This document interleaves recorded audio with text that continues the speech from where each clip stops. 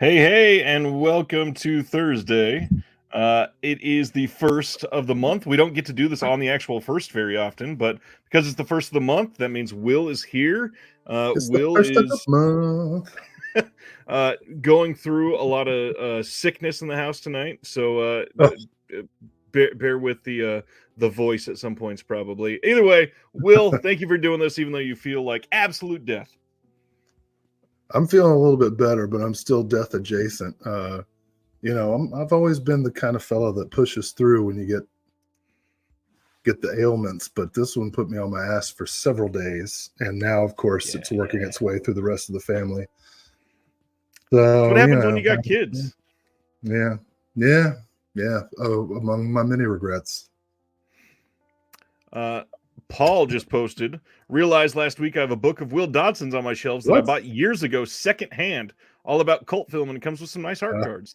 I know that book. That's so that movie. It's called Cult Films, and I was a what do you call it? A hired gun, to write that short history of cult films for this British company that described it as like the kind of book that high schoolers and intro to film people would read, and they insisted that it would be sold at like petrol stations, like next to the Maxim magazines and stuff. And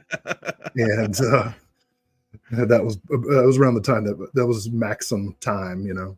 This is like 2006, 07, 08. And I wrote 3 books for this company. I wrote one on Hollywood musicals, in which the editor inserted a typo that turned Tin Pan Alley into Tim Pan Alley. So I'm still pissed about that. And it could have said Tim Allen. It could have been worse. Right? And then the third one I wrote on Westerns, they never paid me for. They still owe me like $3,000, but they went bankrupt. And then some accountant did an audit and was like, well, they only owe you $3,000. That's not enough for us to pursue legal matters. So yikes, forget about it. And I'm like, $3,000. That's well, but anyway, the Cult Films one I think was the best seller. So that's really cool that somebody's got it. Oh, and Josephine hit on. Now I'm sorry to commandeer the microphone, but Josephine DeMarco hit on the most important news of the week. Happy birthday, Ryan! Thank you. How old are you? How old are you? I'm super old compared to you. I'm a ripe old age of 37 now. In a row? In a row. That's the only reason you wanted me to say that, and I put it right up on the tee, and I wanted it to be knocked out of the park. Right over the tonsils. That remains to this day the only Kevin Smith joke that has ever made me laugh. I don't get that. Either way, I should highlight Dustin says, happy birthday week, Ryan, and big congrats on the TerrorVision news. So excited for you. Yes, we're going to talk about that later tonight. Thank you so much, Dustin, for that little donation. Appreciate everybody. Since we're talking about birthday stuff, I've not told Will about this. I kind of wanted this to be a surprise. I'm going to see if I can make this show up better on screen. My most prized gift, because my wife is incredibly thoughtful, is going up on the wall behind us soon, but I wanted to show it here. She bought, I was going to see if I can, a metal sign for someone's favorite productions. Oh, it's misspelled though. Yeah, it's not. Anyways, I'm stoked on that, and awesome. It'll be up on the wall behind us soon. That is awesome. We had Craig pointed out that Carrie's off the wall. Yes, swapped that out right before we went live tonight for the They Live poster. But the big thing, the room has been kind of cleaned. I had my first in-person interview this week, and I had to scramble to make this so much easier for somebody to come in here. I had a genuine, like, upper B-list celebrity in my movie room this week. Interview for that will be going up in just a couple weeks. Stoked to see that. The inventor of concrete. Yeah, it was a very heavy time. It was interesting. Let's get some pickups. I showed the sign. What else you got coming in this week? Pickups. Well, my big Vinegar Syndrome box came in, so the subscription and stuff from the sale. Oh, I have to respond to Stan Geezy, who just downloaded the essay, The Demythologizing of the Texas Chainsaw Massacre. I want to highlight that. I didn't write that essay. That essay was written by my late mentor, Jeff Jeske. And I did write the introduction to it. He passed away. That essay had been unpublished, and we got it published in the Monstrum Journal of Horror Studies. And it's a great essay about the Chainsaw remake and what it kind of meant in context with the original. Jeff Jeske was a great guy. So Stan, thanks for downloading. I hope you enjoyed the essay. On to like my collection.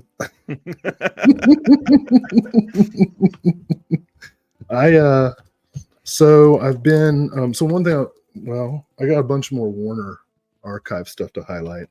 Nice. Big fan of Clarence Brown's Anna Christie. Wait, didn't I show that last time?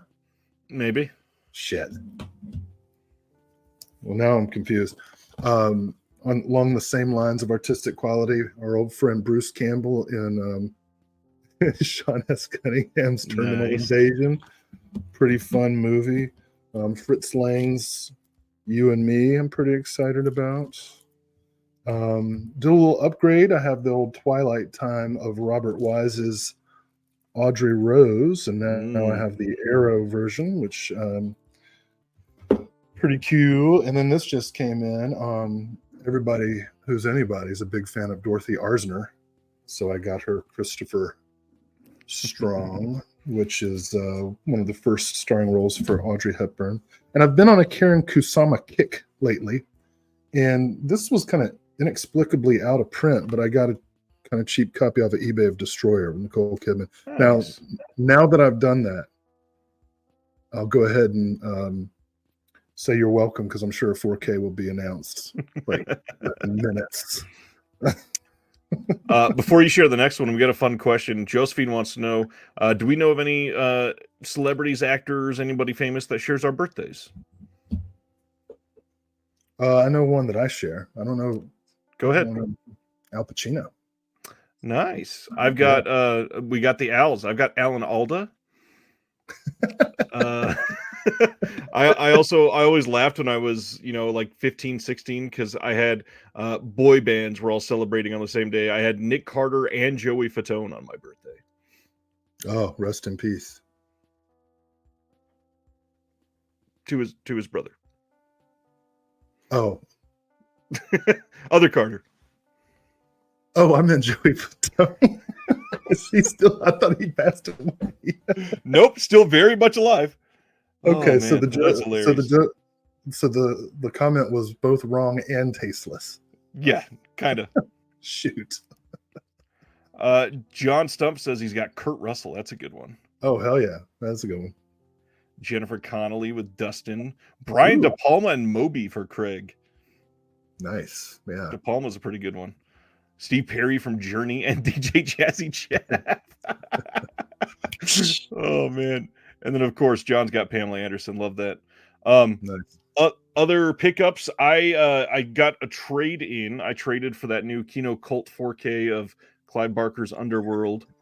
Let me know what you think of it, because I saw that on DVD, and it's like a BBC miniseries, so it's not like super high budget or anything.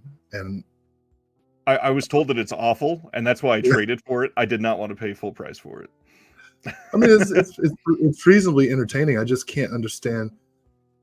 Like, it's like making a 4K out of Bloodsucking Freaks. It's like it doesn't look good already. Bloodsucking Freaks looks pretty good in 4K, though. That's the funny thing. I haven't watched it yet, but I'm gonna. Next up is a disc that I worked on last year, Thinner, from Stephen King.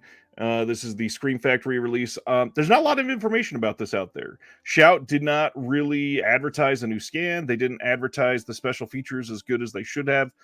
So I will say, if you have the previous Olive release, This is a massive step up. That previous Olive release looked pretty poor, and this looks really good. I know that there was some questions about the color timing previously because there's a couple scenes like there's a scene in a dark study and a guy shines a light in his face to reveal the cursed face, and it's supposed to be this dramatic thing, but they've always colored it so bright that it's just like, let's shine a little bit brighter of a light on somebody that you could already see for the rest of the scene, so it's not dramatic at all.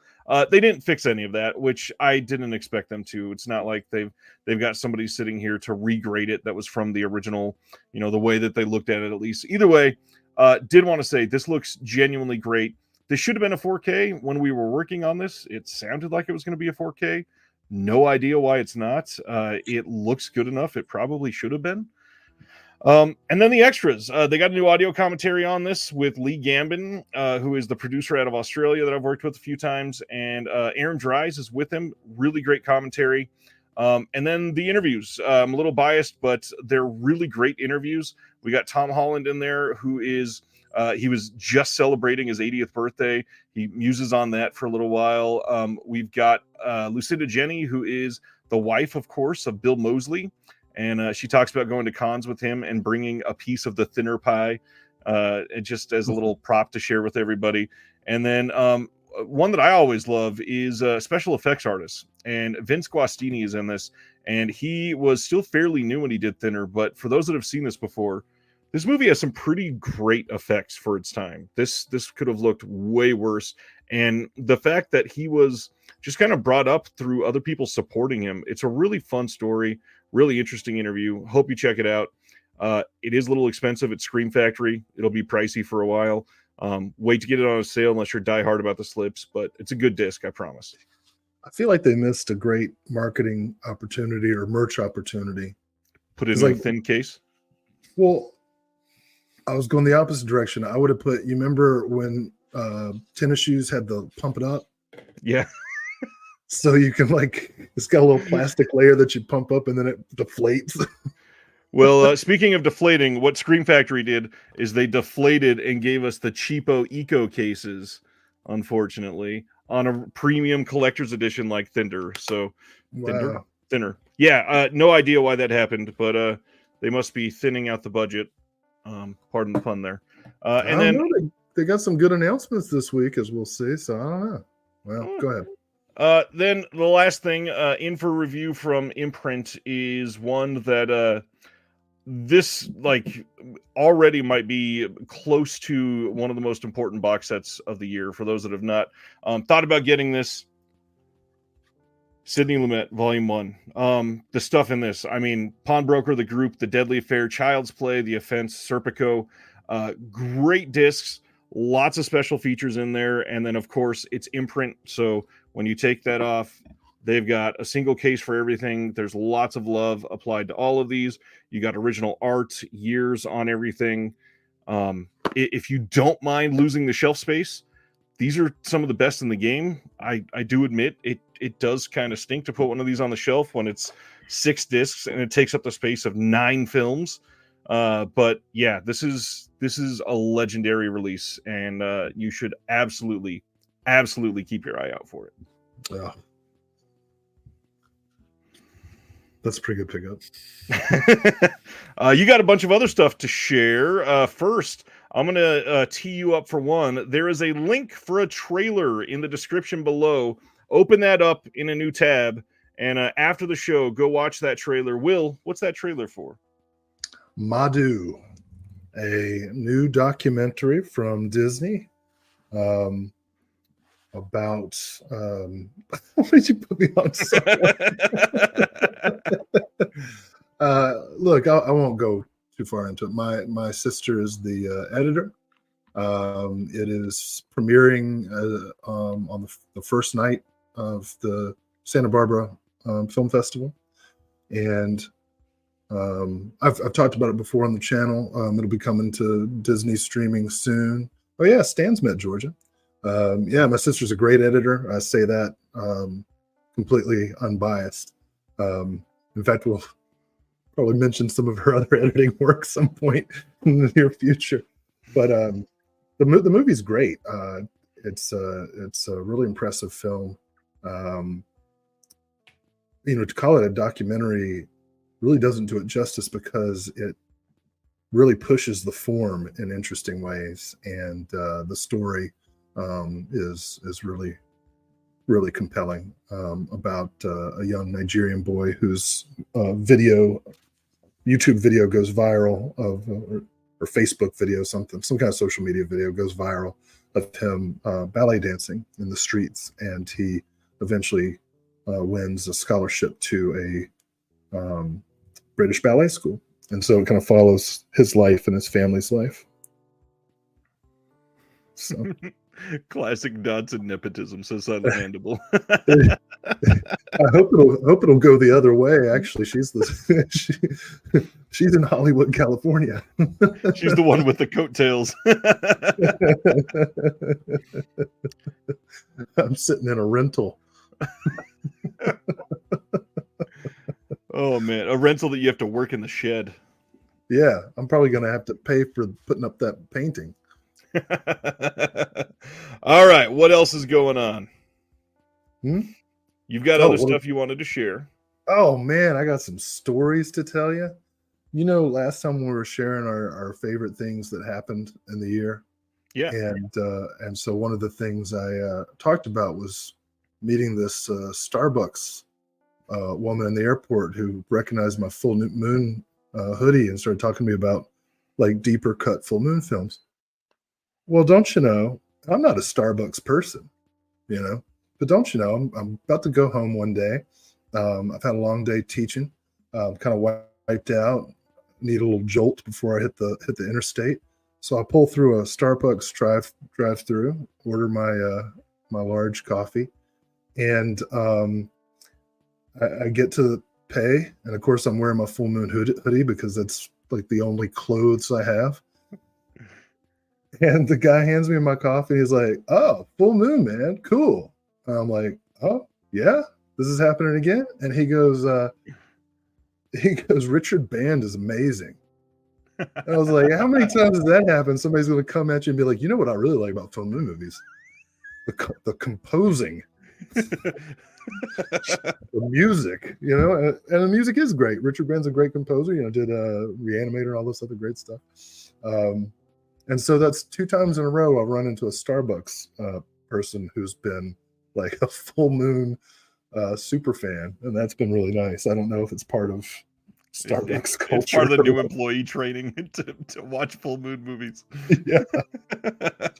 So that's a story. The saga continues with Starbucks and full moon then. Yeah, that's great. So we've been working on a ton of stuff. There's a lot that we would love to share. Some stuff we're going to talk about tonight. We're going to give a little more details on one of the releases that got announced tonight.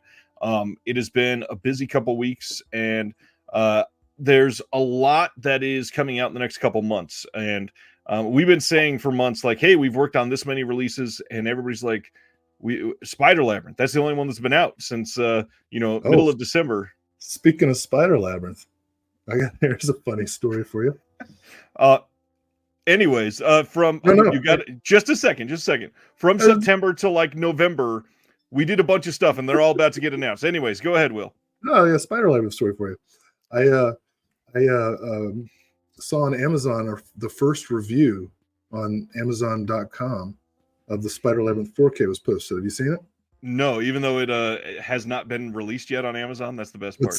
It's a 5-star review. Goes into all the detail. Clearly, the person ordered it from Severin Direct because they had the knowledge. 5-star review talks about the audio, video, visual presentation. Talks about all the great interviews, and then at the end it says the audio commentary track is adequate. Adequate. That's what I'm hoping for. All right. What a wonderful lengthy review, man. All right, Will, what's next up on your docket? What do you mean? You've got like 19 things you want to talk about tonight? Oh, well, I thought they'd come organically in the conversation. I did have something funny happen on social media. which, as you know, I'm still new to. Oh, I I know. like, you remember that old Saturday Night Live sketch with Phil Hartman, Unfrozen Caveman Lawyer? Yes. It's kind of how I feel. But I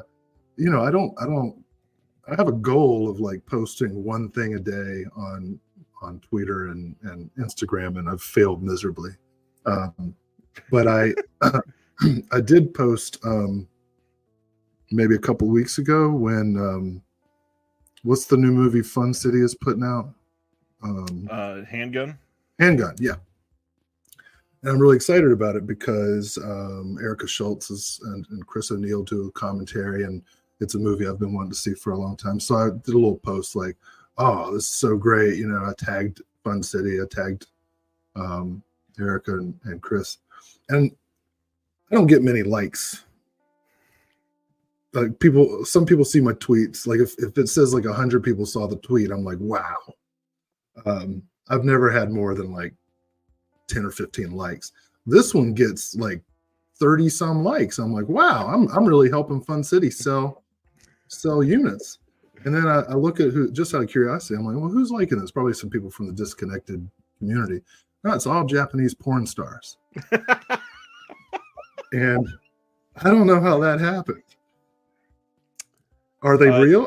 Are Japanese porn stars like, no, I really want to see Handgun? Or is it bots? Or like, is this film going to be like the best-selling Fun City movie Japan in the Japanese porn star circles? It's all an algorithm. I just really want to know what you were searching for before that. Well, I want to know what they were searching for. I think, in fact, I think some of their coworkers might wonder what they're searching for as well. David Lash, just you did to hear something about Japanese porn stars. What did I miss? Everything. All right. Enough of our prelude, as we've been here for 25 minutes. We got a lot of stuff to talk about tonight. Are we ready? Aren't we supposed to talk about recent watches? There's so much to go over. God, yeah. Okay. Let's just do it. Nobody cares. I care because we were talking about Severin. I watched that Cemetery Man 4K this week. First time I've seen the movie ever. Never got to see it before. I'd seen a couple clips. It's pretty great. It's a fun movie. The humor really landed with me. Everything's shitty. The only thing that's not shitty is sleep. Eli Cortez says, why Shout Studio selling a 4K digital download of Labyrinth? Are they going to release it soon to disc? Not necessarily. They put out a press release recently saying that they got the rights to this and to, I think, Dark Crystal and like 3 or 4 other things. Does not guarantee that they're putting them on disc or anything, but they've got the digital rights. Mm-hmm. When recent watches, what else you want to talk about? Recent one, I have you mentioned how big the imprint box sets are, and it reminded me of a dilemma that I have. I was very excited a few weeks back when Criterion announced the 4K of I Am Cuba. Oh yeah, right? That epic documentary. But I have a DVD edition of I Am Cuba that comes in a cigar box. Right? Oh wow. And that is freaking it's freaking cool, right? That is a really cool design. Yeah, I'm like, okay, well, this, I can part with it, maybe make some money on eBay, because it's it's shaped real weird and it's hard to do. But and the Criterion has all the same extras except Disc 3, a film about Mikhail Kalatov, the director, this 2-hour documentary that's really great about his whole career. And so what am I gonna do? I gotta keep the damn cigar box. Can you fit the digipack from Criterion in the cigar box though? I do not disrupt the integrity of displays. I get it. Any other recent watches for you? Yeah, I watched a lot actually. I was gonna say, 'cause you didn't even mention one. So here's all the stuff I watched recently. I'll just pick a few. I'll pick a few. So I saw Lady Whirlwind, Angela Mao. Nice. Which was fun. Not a great film, but fun. Great extras. The interviews with Angela Mao and her son. 3 commentaries. You have to get to the 3rd commentary before you even get to Sam Deegan. Holy cow. Here's a movie that I hadn't seen in a long time, and I watched just to see if it held up. And by gosh, it does. The Towering Inferno, against all logic, works on every level. Like, you care about the characters, even though they're completely one-dimensional. You buy the special effects, even though they're totally old. And you sit through a 3-hour movie without getting bored once. It's amazing. So I was pretty excited about that one. Then I saw a couple movies that were boring, unfortunately. Maybe I'll skip those. I'll give if you haven't seen Deaf Crocodile's Pied Piper, which somehow I got it late because there's no slip, right? I got it late off the OCN website before I started buying from Deaf Crocodile Direct, which is what I do now. But I hadn't seen it yet. It was just sitting on a watch pile. I hadn't watched it yet. This shit's a work of staggering and monumental genius. Yep. I want listeners to know that even though it sounds like I'm slurring, I'm doing Dry January. I started late. This in my commemorative Joe Bob Briggs glass is water. Yeah, Pied Piper was amazing. Also saw, keeping the Deaf Crocodile thing going, I saw the Tale of Czar Sultan, which was really cool. Deal. Really cool. Let's see. One more maybe? As many as you want, my friend. Oh, here's a cool one. John Ford movie from Eureka, Two Rode Together. Richard Widmark, and this is the first Jimmy Stewart appearance in John Ford, and he plays an asshole.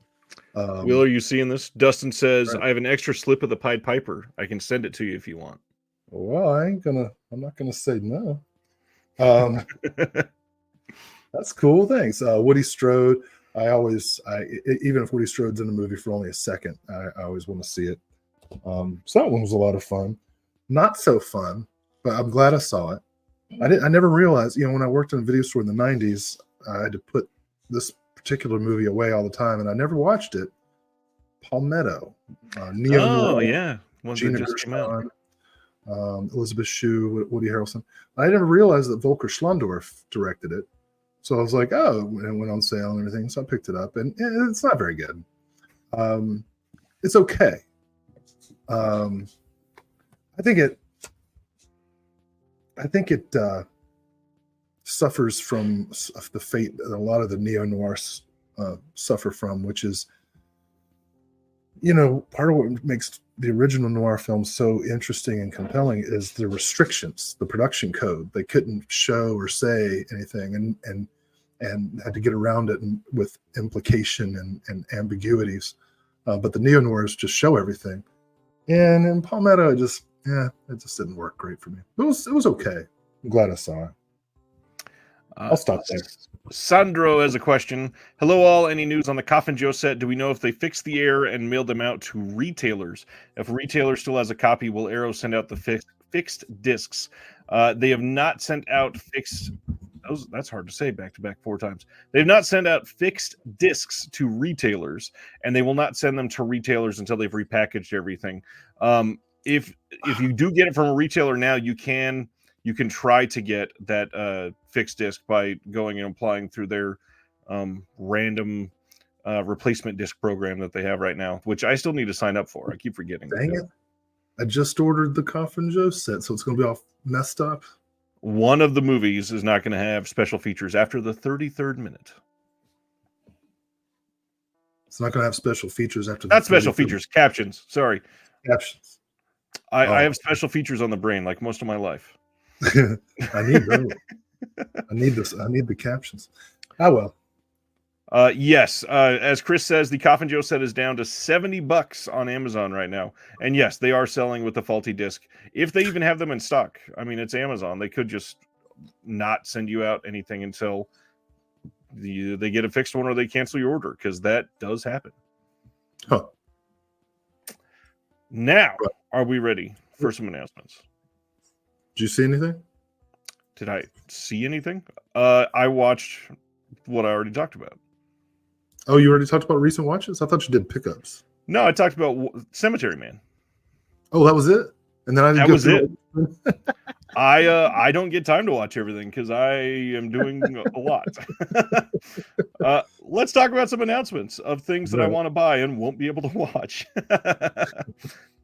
First up, April 23rd, Arrow is releasing on Blu-ray the Scarface Mob from 1959, starting a month of a lot of oldies for Arrow. Like usually they have at least one or two big mainstream things coming out there, but this month is really heavily focused on some older films. This one's coming in the US and Canada, and this was originally conceived as a two-part TV pilot.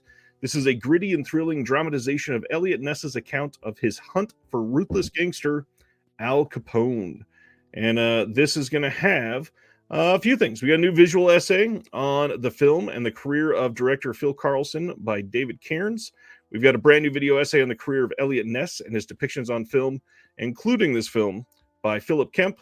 We've got a gallery of original posters, some reversible sleeves, postcards, all that good old Arrow stuff that they always send out. How do you feel about this one, sir? You know, they only indicted Al Capone once. Oh, really? It's a line in a Trump speech. They talk about how he's been indicted 3 times. Only indicted Al Capone once. Wow.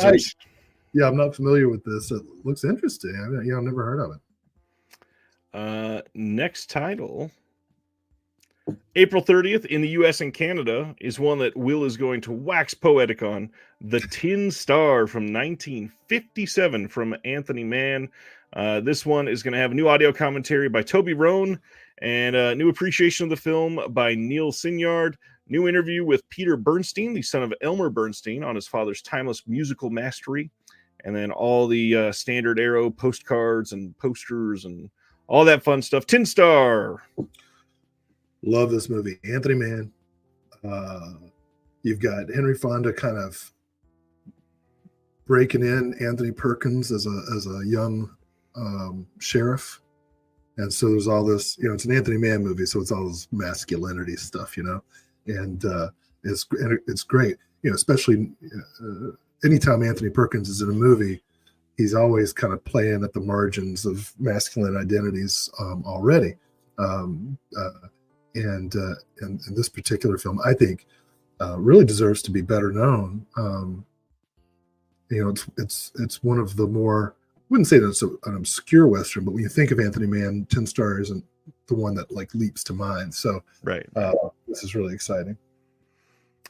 Yeah, this was one that you definitely wanted. The moment it got announced, we were already talking about it. So yeah, I'm glad you're here to share about it. Henry Fonda, Anthony Perkins. Yeah, not one I've seen, but one with that cast and with that director. This is on the must list for me. Robert Altman film, That Cold Day in the Park from 1969 is coming on April 8th on Blu-ray in the UK only from Arrow.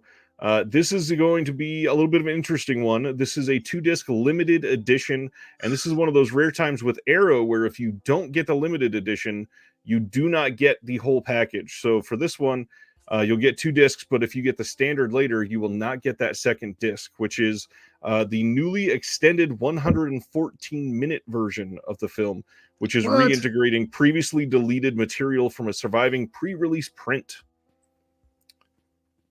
Which, of course, is going to be a big selling point of this. If you're into Altman and if you're wanting this release, you probably want to get the limited. Yeah, kind of. Is this one you've seen before? No, there was a previous Blu-ray edition. I can't remember whether it was Olive or Twilight Time or maybe not even.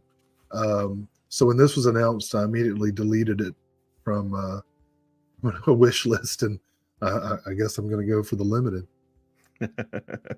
Yeah, they're kind of foisting that upon you with that disc. Being foisted. Speaking of being foisted, April 29th on Blu-ray in the UK, we are getting Behind Convent Walls from 1978. And man, did this drum up some really funny comments when I posted this. Oh, geez. Yeah, so this is going to have new audio commentary by Justine Smith, Anarchic Nuns and the Artistry of Desire, new appreciation by film scholar Virginie Sylvie, a short film by the director, and then an illustrated collector's booklet with new writing by Kat Ellinger and original press notes. This is a cool release.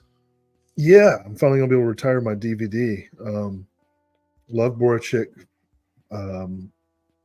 Great animator, great visual stylist, and also a perv. So right up your alley, huh? Right up my alley. And then Sibner's coming in hot with the puns. Hey, that's his worst habit.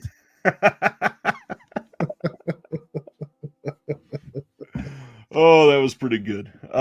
Now for the biggest mainstream title that they're putting out, which is hilarious to say about a film like Basket Case. April 29th in the UK, and then April 30th in the US and Canada, we are getting Basket Case from Frank Henenlotter in 1982 on 4K. Man, this is one of those that I read this announcement and I start thinking, like, the stop motion at the end, how's that gonna look in 4K? How do you feel about this?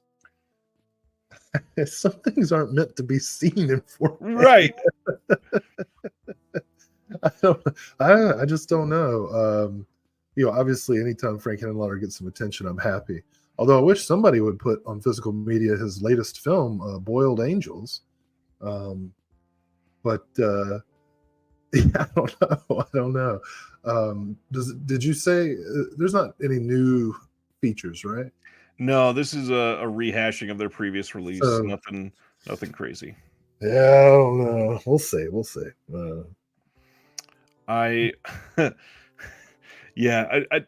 Again, I love this movie. I love Henenlotter. This movie is a lot of fun, but it's also grimy. It's supposed to be grimy, and this will be very grainy, no doubt. Nothing wrong with that. But, man, again, I've talked on here before. I want all of the films in the highest quality possible, but highest quality that they need and should have. This one almost feels like possibly a step too far. I'm not against you putting it out necessarily, but man, I'm really curious to see how this looks. You'll get anything on 4K, but you won't get that. All right, Mr. Loaf, on to the next one. They are doing an Arrow Store exclusive, which I kind of like their other art better. This is some wild art. Yeah. Anyways, then we got some release details from Kino Lorber that they are releasing North Dallas 40 on 4K and standalone Blu-ray, both on March 26th. This is porting over all of the stuff that was on the imprint release. So if you never picked that up, this is a great release. Got a lot of really great extras. Daniel Kramer was involved in quite a few of those, getting them together. Primarily, he was on the audio commentary with Daniel Waters, and then Ted Kotcheff, the director, was on there with both of them. This is a solid release. The imprint disc looked pretty good in 4K from Kino. I'm sure this will look even better. I hate football, and I think it should be banned. But I got a thing for football movies. I like them. And you think football should be banned? Oh, yeah. Because of the concussions or what? Yeah, and the culture of like toxic violence and the exploitation of various populations, and of course because Taylor Swift is a Democratic plant designed to designed to demasculinize the sport.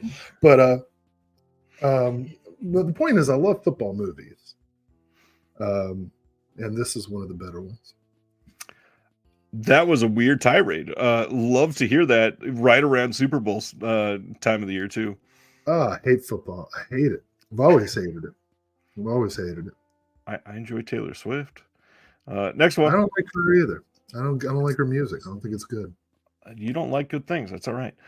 Coming on March 19th on Blu-ray from Kino is The Soldier's Tale from 1984. This is an Emmy-winning animated classic by the renowned New Yorker illustrator R.O. Bleckman. And man, this came out of nowhere. We got an audio commentary on this by the director, by an animator and an associate producer. There's a short film by the director as well, and then a collection of animated shorts and commercials. This looks like a really fun release. Kind of surprised they're putting it on the Kino Classics line, but yeah, this looks fun. What do you think of this?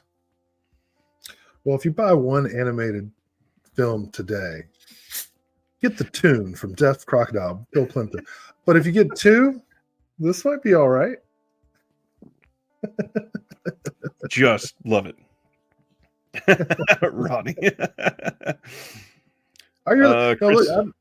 I understand that, people like Taylor Swift's music. I don't get the music. I don't understand. Like, it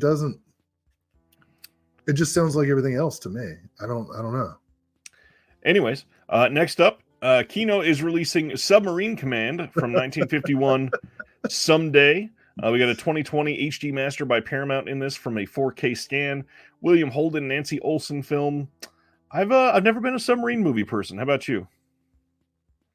The submarine movies I like are the ones that were made before they could realistically do submarine movies. And so this one will be right up my alley. I'm pretty excited about it. Oh shit, that's right. There's another animated movie from Crocodile to talk about, but that's later. John Farrow, Mia's dad, not a bad director. I've not seen Submarine Command, but with that cast and knowing John Farrow's work, I'm definitely going to see it. All right. And you don't probably like get it. Movies? Is it because of the claustrophobia, or?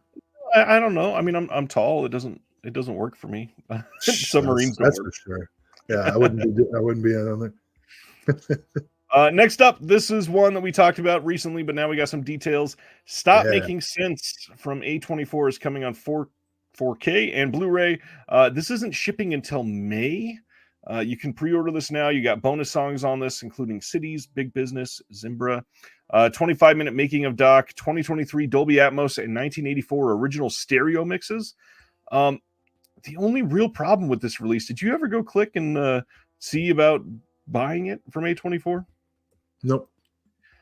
Well, I guess that's the other question. Have you bought anything directly from A24 ever? No, I've never bought anything direct from them. I can't think of what you may have wanted to buy from them because the stuff you like is not really A24. What's that? What do they do? Like Midsummer and Talk to Me and modern stuff. Anyways, if you go to buy this on 4K right now, it comes out to, before shipping and taxes and all that, $58.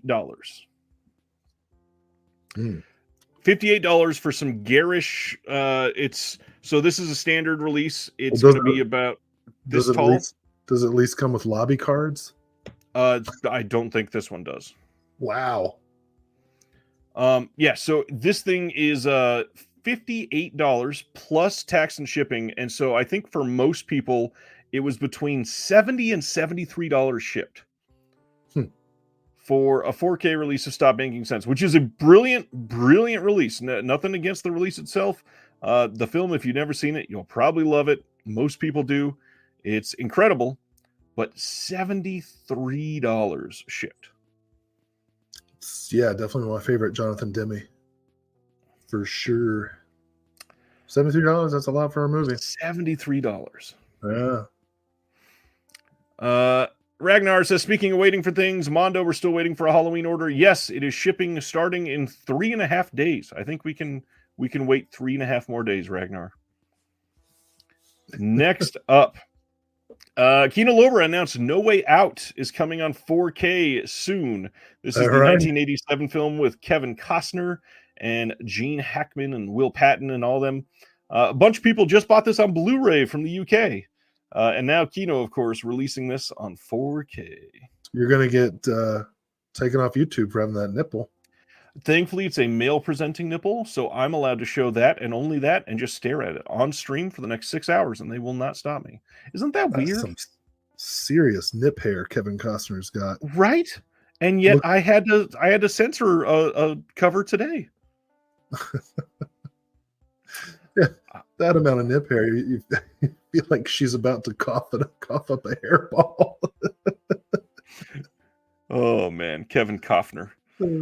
I've never seen this movie, so I have nothing else to say. Is this the first time Kevin Costner's nipple has been on the cover of a Blu-ray? I'm not sure. Given the era, I'm surprised his ass isn't on it. Next up, Shout Factory had some announcements, and the first, April 9th on Blu-ray, is the 1998, I don't even know what to call this thing, Lost in Space. I was going to say underseen film, but man, do you like Lost in Space? I don't want to shit all over it if you've seen this and love it. It's not good. No, this is not a good movie. I don't think I've ever met anybody who thought it was good. I don't get it, and not to mention, I'm really kind of weirded out about this. That this is This is a Scream Factory release. That's one thing. Well, yeah, it's not that. But there was in the late '90s there was like a deluge of television adaptation movies that were just lazy and shitty. And I can't remember why. There must have been one good one that started it all. But not this one. New 2K scan of the Inner Positive for this. 2K scan of a film from 1998 and coming on Blu-ray. Audio commentary, a couple audio commentaries, which, wow. You've got new interviews with the director, producer, Stephen Hopkins, and the writer-producer. It's also kind of odd that this is a collector's edition of under Scream Factory too. Like, anyways, this is odd, super odd. Yeah, it doesn't seem like the right sub label for it. But yeah, this came out around the same time as like the Avengers movie, or like the British TV show Avengers movie, yep. And Wild Wild West and Bewitched and things like that. Oh God, and Bewitched was like a decade later. It was already past the weird. Oh wait, that wasn't a remake of the TV show, was it? That was a remake of the movie Bewitched. Well, it doesn't matter. Either way, weird time. Anyways, next up, oh God. April 9th, Shout is releasing on Blu-ray Winnie the Pooh Blood and Honey in a standard release. That it's the exact same disc that was already in their steelbook that they put out last year from Walmart. That they never announced. That's the funny part. They never even announced they were releasing that steelbook. It's been out for months, and now they released this, which this has already been out on 4K from multiple other labels. What? I just realized Mission Impossible 1996. Oh, hello. That must have been one of the ones that started it off. Anyway, okay, Winnie the Pooh. Yeah. I'm sure you're dying to see this. I have not seen it. I'm not particularly interested in seeing it. I love the concept. That's funny. But I doubt they pulled it off. Have you seen it? I have not seen it. I'm kind of eager to see it. I'm into the cheap slasher sometimes, but something about this just off. I wouldn't be against seeing it, but I'm not going to blind buy it. No, especially not for a Scream Factory price. Oh, The Saint! I saw that in the theater. Yeah. Shit, everything got remade. Oh, hey, I want to see this. This is exciting. April Also, 16th on Blu-ray, finally getting a shout factor. Well, not finally shout, but finally getting a good release, hopefully, of Affliction from Paul Schrader. This is coming as part of the Shout Select line. This is the 1997 film with really odd cover art, I gotta say. that is strange because I remember the box art on VHS was like Coburn's face just big on the box, and I thought that was a good cover. This is like, what is that? That's Beyond that, no new features except bonus features for the Blu-ray, a new 2K scan from original film elements. Again, that's not a bonus feature. yeah. I mean, you want to have that, but that should just be the feature. Right. So if you've never seen it, Nick Nolte, James Coburn, Sissy Spacek, Willem Dafoe, Paul Schrader, back in 1997. Paul Schrader. This is a big one. A lot of people have been after this. Yeah, they've been afflicted. Humboldt Horror says, came in late. I'm not a Swiftie or a submarine person. Still like you guys, though. Oh, great. Well, yeah.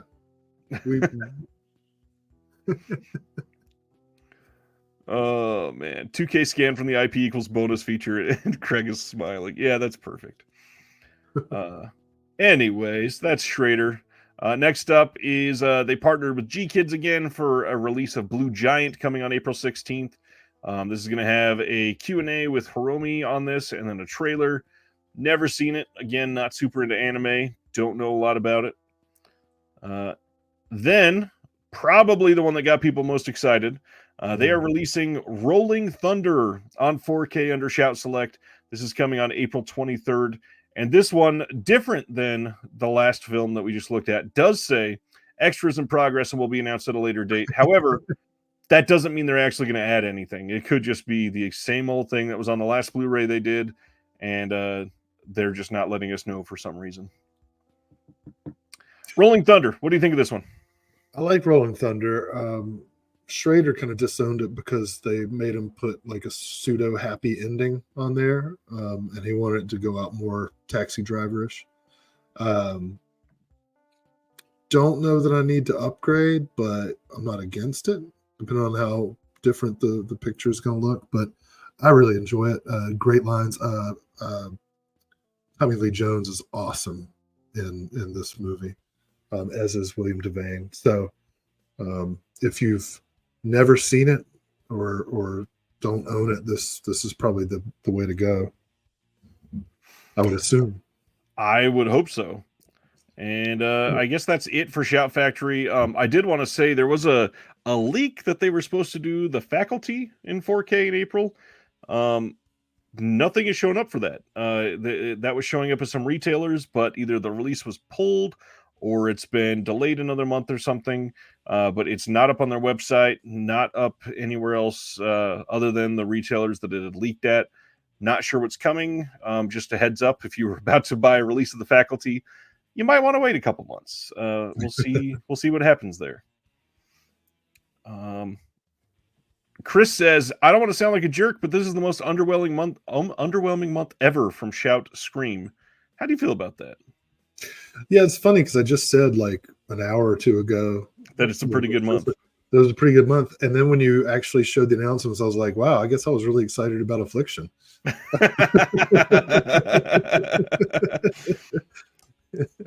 Yeah, this is not a huge month for them. Yeah, we'll see what happens. Earlier this week, I put up an interview with writer and director Joe Lynch, who just released Suitable Flesh, which is essentially a love letter to Stuart Gordon and everything Lovecraft. It is a wonderful movie. Everybody should check it out. But while you're at it, check out the interview. It's a really fun one. Joe Lynch went to some really vulnerable places that he doesn't go to in a lot of interviews, and really, really surprised me that he was able to speak so candidly. Oh, this guy's great. He made hands down the best Wrong Turn movie. Yes, which is the second one with Henry Rollins as the host of a survivalist game show Two Turn is awesome. Yeah, he's got a decent filmography. I mean, Mayhem was pretty fun. Yeah. Everly, and then everything that he's done acting wise as well. He's always pretty great. First Row was a Troma movie. It was in Terra Firma, I think. Yeah, I believe so. Yeah. April 9th, RLJE and Shudder are releasing It's a Wonderful Knife, which is It's a Wonderful Life, but mixed with Scream, essentially. I didn't check this one out last year, but I've heard it's decent for people that are into like cheesy horror holiday films. I wanted to watch this. I always have like 10 Christmas horror movies I want to watch, and then December passes, and I'm like, well, I can't watch it now. Yeah.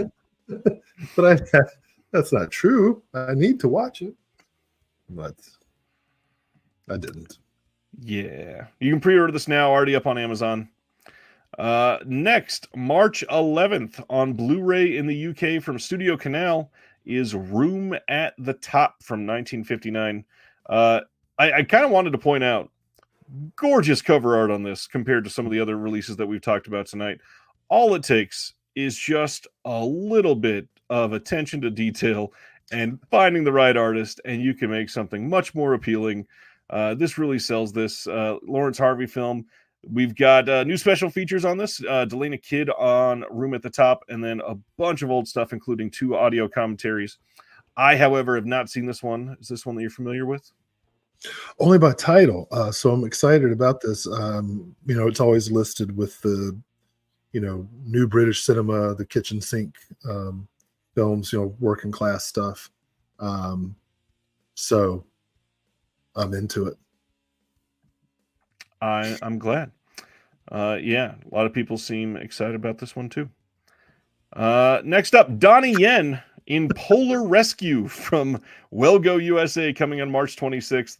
And I tend to laugh at a lot of the ones when Wellgo's announcing these, but everything I've read is that this movie is actually really rad, and the trailer looks pretty damn good. It's Donnie Yen in snow. I mean, that's pretty exciting right there already. That is cool, but I have to say, this cover art. It's awful. This looks 100% like an early 2000s Joe Minorski movie. Yep. Starring Costas Mandalore. It really does. Oh, yeah. This one is just the worst Photoshop. That's cool, though. I mean, I'm a sucker for snow movies, too. Told you last month I saw, what was it, Wind River, and it wasn't very good, but it was very snowy. I love snow movies. I love Wind River. I'm even going to check that one snow movie with the lady from Underworld in it, even though all the reviews say it's bad. Which one is that? Whiteout. Okay. Yeah. Simner says this looks like that one background actor that got lost on the way to the Fast 8 set. Looks like Sly's cliffhanger was snow. Roddy says, is Donnie okay there? Oh, man. A cover Liam Neeson was bored to be photoshopped onto. Oh, I got to watch one of his, the Ice Truck movie. Everybody's got good. Yeah. More Wellgo. March 12th, they're releasing 1% Warrior from last year. And this is another one supposed to be really great, actually. This one says a legendary aging action film star is drawn into the real world of violence when feuding Yakuza gangs infiltrate the set of his latest feature. Caught in the middle of a chaotic battle and increasing body count, will his martial arts training be enough to save him? This is supposed to be good. Looks pretty fun. Again, cover looks awful. So it's got elements of JCVD, but without the psychologizing. That's good. I like that. Oh, man. Next up, a company that we don't hear from a whole lot, with one of the most interesting sounding releases in quite some time. April 16th, Flicker Alley is releasing Against the Storm, Herbert Klein in a Darkened Europe. This is a double feature. We got 2 films in here. The first one is Crisis, a film of the Nazi way. And this one says, Herbert Klein made his breakthrough documentary as the storm clouds of impending war gathered over Europe in 1938. Narrated by illustrious American actor Leif Erikson, the film, which captures with evocative camera work and ominous clarity the lead up to the Nazi occupation of Czechoslovakia, was shot at great risk to Klein and his crew. Klein, a Jew born in Chicago, raised in Iowa, was in his late 20s when he began filming in the Sudeten region bordering Germany and took on the task of not only passing as a Nazi sympathizer in order to complete the project, but also smuggling the footage out of the Prague airport past Gestapo guards. The result is one of the first anti-Hitler documentaries ever made. Wow. Harrowing. I mean, that's a really, really great release. Yeah. Man, I always feel like when I'm confronted with actual heroes, I'm reminded what a coward I am. This will be great to check out for sure. What's crazy, that wasn't enough for him. The second one on this is called Lights Out in Europe. And this says, in 1940, just 1 year after filming the invasion of Czechoslovakia by Hitler's forces, Herbert Klein and his team traveled to Warsaw and England to pursue and document the feared Nazi invasion of Poland. Narrated by actor Frederick March, the surviving recordings of these events would serve as evidence of the outbreak of the Second World War, bringing about one of the first completed and distributed documentaries on one of the most destructive international conflicts in history. We've got a commentary on both of these films. We've also got a short film. We've got a newsreel. We've got an image gallery, souvenir booklet with a new essay detailing the film's production and distribution by Thomas Doherty. Yeah, this looks like a must-have release for sure. Yeah, that's amazing. I do want to warn people, Flickr Alley can be a little expensive, but they are really worth it. Their quality is top-notch. For example, they put out The Man Who Laughs a couple years ago, and it was just an astonishing release from them. Definitely suggest checking it out. Every so often these go on sale, but their on sale price is usually like $28. So even then it's a little on the pricey side, but these are good people worth supporting. And with the release like this is an important one. Next up, March 26th, Cape Light and MPI are teaming up in the US to release a 4K media book of the Roundup No Way Out from 2023. This is the Don Lee film. And what's interesting, this has already had a Blu-ray release in the States, and this is now just a 4K upgrade of a film from 2023 that already had a media book, already had a Blu-ray, and now it's a 4K media book in the US, and they still have not put this out in the UK at all. So, yeah. Don Lee's a cool dude, though. He's fun. Oh, yeah. He owned Train to Busan, that's for sure. He was incredible in that.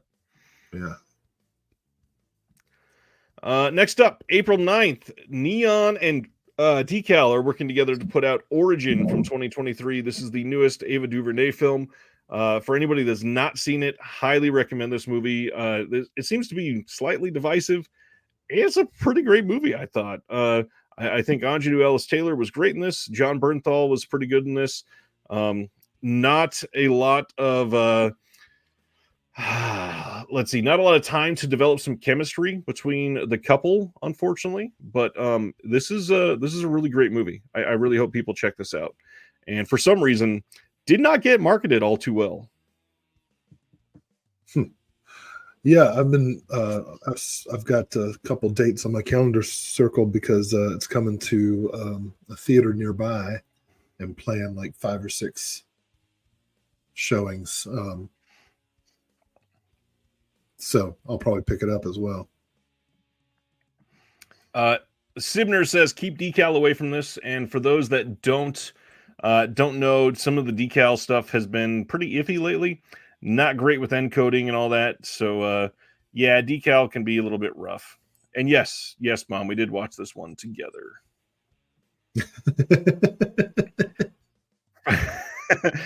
The first trailer was terrible, says Sibner. They should have started with the second trailer. Well, not only that, like there's just no marketing. They're not really sharing that the film is out there pushing it at all. Yeah, it's a great movie though. Check it out. Coming on February 27th on Blu-ray from Lionsgate in what is most likely a DVD case, The Night They Came Home, the film that is a Western with the most ever Photoshopped Danny Trejo you will ever see, with a Halloween like Edward James almost. Right? This is so awkward. So awkward. And it, again, what is with Lionsgate and DVD plus Blu-ray case? Well, yeah, I imagine the target audience for this is the kind of people who would get history books written by Bill O'Reilly. This is a movie for that guy. This is a movie for somebody who sees that top line there is like, oh man, Brian Austin Green, my favorite rapper. And the first rapper to date Megan Fox, to marry Megan Fox. Oh man. I remember when I found out Megan Fox had a thing for white rappers, and I began rapping. But I gave up pretty quickly. Oh man. Let's see. Brian Austin Green, easily the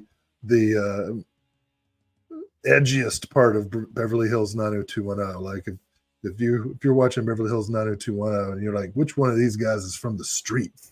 Brian Austin Green brings that gravitas. Let's put him in a Western. All right, next is this is a different sort of announcement to go over. The TerrorVision home video podcast is back. This had been on hiatus for quite some time. I think the last episode was in October, and that was really only to cover the announcements that they did in October. And the reason this is on here to talk about it is because I'm now producing the podcast. I'm the one that's going to be hosting this with Brad all the time. We're going to be putting as much as we can into sharing details on the titles coming out, the process of putting these out, all the extras on the discs, any questions that people have, lots going into the podcast.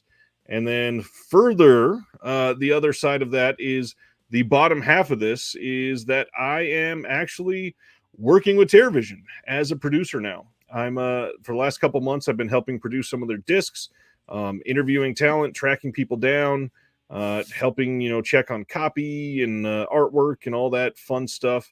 It's been a really interesting time. But I really got to say there is a lot of some crazy stuff coming from TerrorVision this year. And I cannot wait for you guys to hear about it, because it's going to blow some minds. People have some very, very specific feelings about TerrorVision as a whole, because a lot of their first year was just, SOV, low budget horror. It's not going to be the case for much longer. There's some really interesting titles coming from TerrorVision that are going to surprise a lot of people. Yeah, congratulations, man. Thank you. This is you're on the cusp of something big, and I tell you, you're gonna have some stories when it comes to behind the scenes shit. I'll tell you what. Yeah. Yeah, there's a lot. I love that somehow we've been kind of able to keep this under wraps for a couple months just to make sure that it was going to work out and be okay for everybody. But it's been decent. Like during our busiest time so far producing extras, I was doing a lot of shit for TerrorVision at the same time, and we were all kind of stressed out, but somehow most of it has come together. It's been really interesting, and some of these next round of announcements is gonna make some people pretty happy, I think. I remember when you told me the news that this was happening. I was in the middle of teaching a class, but you knew that I was teaching a class, so I was like, this must be an emergency. So I'm like, yeah, here, kids, watch a video, and I step out. Because I thought it was about something that we were working on in some kind of like heart attack deadline issue or right or something. like, hey, I need to talk to you ASAP. And then you're like, my dream has come true. And I'm like, good for you, man. That is not how it went. First off, let's share that it was asking you for permission. You weren't asking me permission. You were talking like a little girl. You're going, my dreams have come true. Brad is my Prince Charming. I really hope Brad is watching this right now. No, it was great, man. I was so happy for you. And then I went back and taught the fucking class. Back to the drudgery. Well, to drop, a little more, I know people were excited to have that episode come out. Literally just came out yesterday. We're already gearing up for the next episode. So it's not going to be some long hiatus. We are recording very soon. And I'm going to do my best to time the release every single time. Right when we announce stuff, we're going to be putting out podcast, video and audio podcast same day. I want people to have that kind of context and really want people to hear, what's going into these releases. Because if you've watched this channel for the last couple of years, that's what I love. That's what I want to hear. I want to hear what makes these labels make their choices, why releases 4K versus Blu-ray, the cost that goes into some of these things. I'm going to pry some of that information out of Brad as much as I can. Some of the logistics behind the scenes, why things are delayed. We're going to do our best. So just chill to the next episode. Coming soon, promise. Yeah, a little Snoopy Dogg there. Grindhouse Video, they were gone for a little bit of time. I think it was almost a full month. They shut down their physical store and revamped the way that they were doing things for inventory and everything. They are back open. It's been back open for a few days. They've got a different sale going on, a clearance sale. So their buy two, get one free sale is currently discontinued, but it'll be back eventually. Their shipping policy's been changed ever so slightly. They're announcing an event called Counting to 10 soon, so watch out for that. And then if you go look real closely through their site, a lot of stuff that was out of print, you should be able to find at least a couple releases in there that were, available and not exactly retail, but definitely not eBay secondhand prices either. You can get it for about the middle of those two numbers. Happy to see them. I was happy to see their weekly live stream come back too. What's the guy's name that runs Grindhouse? Mike Sandler. I love his live stream because every time the first 10 minutes is how like every single thing he did got screwed up. And what he had to go through to fix it, or all the inventory was deleted, or a truck crashed into a lake and sank, or it's always such a saga. He seems like a cool guy. Spaghetti says, I think the open conversation on that podcast really brings good flavoring to everything, creates some good buy-in for the titles with the casual conversation of all. Exactly what we were aiming for. Yeah. Next up, I haven't watched it yet. I've been busy. Shelf Shock Rewind voting ended last night, and so this is the moment to really hammer home that live on February 18th on this channel and on the Shelf Shock Rewind YouTube channel, on Twitch, Facebook, Twitter, everywhere. We are going to be doing everything we can to get as many eyes on this because 2023 was a wild year for releases. I don't have the full list of winners yet, but I peeked at a couple, and there's a couple that are genuinely surprising for me even. So I'm very curious to see what everybody thinks about these. We're going to do our absolute best to get a lot of people, accepting awards, having people from the labels come on and talk about the release, even just for a couple minutes. Really try to get people involved, buy in, do some giveaways during the stream and everything. It's going to be a great time, hosted by me and Celeste de la Cabra, and get as many people as we all love just involved. That's the big thing. Get the community behind something really great. And I will say, we almost doubled our vote count from last year, which is really exciting. We ended up just shy of doubling it, but man, we got really close. Okay. I was going to ask, and then part of me was like, well, what if it didn't go well? It went pretty great. I'm not disappointed in the least bit. last year was a really good first run, but yeah, this year we definitely have more people showing up, and I'm just That's excited great. to see everybody celebrating the good year that we had together. Well, this is going to be on my my kid's 17th birthday, so I don't know. I might come. I might watch. They can wait. They can wait till the next day. Next up is OCN announcements. Oh, here we go. Got a lot of stuff to talk about. Is this it? Are we almost done? I kind of. There's a lot of stuff. First up, one that we knew. They announced this at the beginning of January. We are getting Phase 4 on 4K. Cool. Big ant outer box, and then inner slip art looks like this. Classic art on that other side of the slip there. This is going to have a 3-disc set. We got a 4K and 2 Blu-rays. The 2 Blu-rays are region locked. You've got HDR on that 4K, newly scanned and restored in 4K from the OCN. 84-minute theatrical version is available on both the UHD and Blu-ray discs. The 89-minute preview version with multiple soundtracks options, that's only on the Blu-ray disc. You got a commentary track for the theatrical version with Matthew Asprey Gear. You've got a brand new documentary by Elijah Drenner featuring interviews with Jeffrey Bass, co-star Michael Murphy, screenwriter Mayo Simon, archivist Sean Savage, and design historian and Saul Bass biographer Pat Kirkham. I guarantee that's going to be great. Elijah's great at what he does. We got a new featurette with the composer Brian Gascon on here and electronic music artist David Vorhaus. We got some deleted shots, raw footage, bunch of fun stuff. This is a pretty solid release for a kind of legendary film. A lot of people love this one. Yeah. A lot of people excited in the chat. What do you think about Phase 4? I'm sure you've seen this before.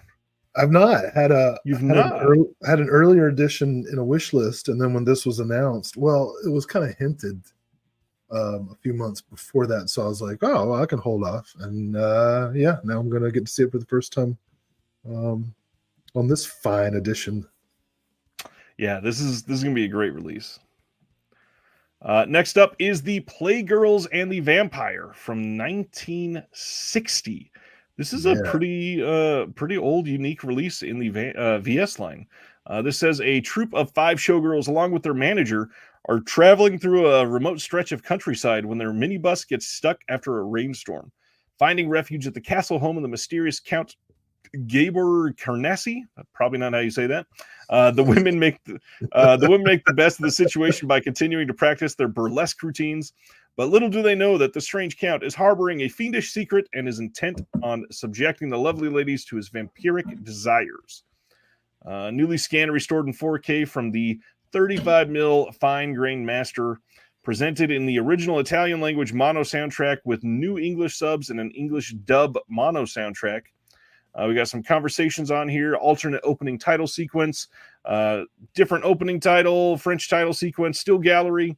And also with this, they put out one of those Oscar Becher videos about the restoration on their YouTube that I strongly suggest checking out. It's a fun one. He's always hilarious. Yeah.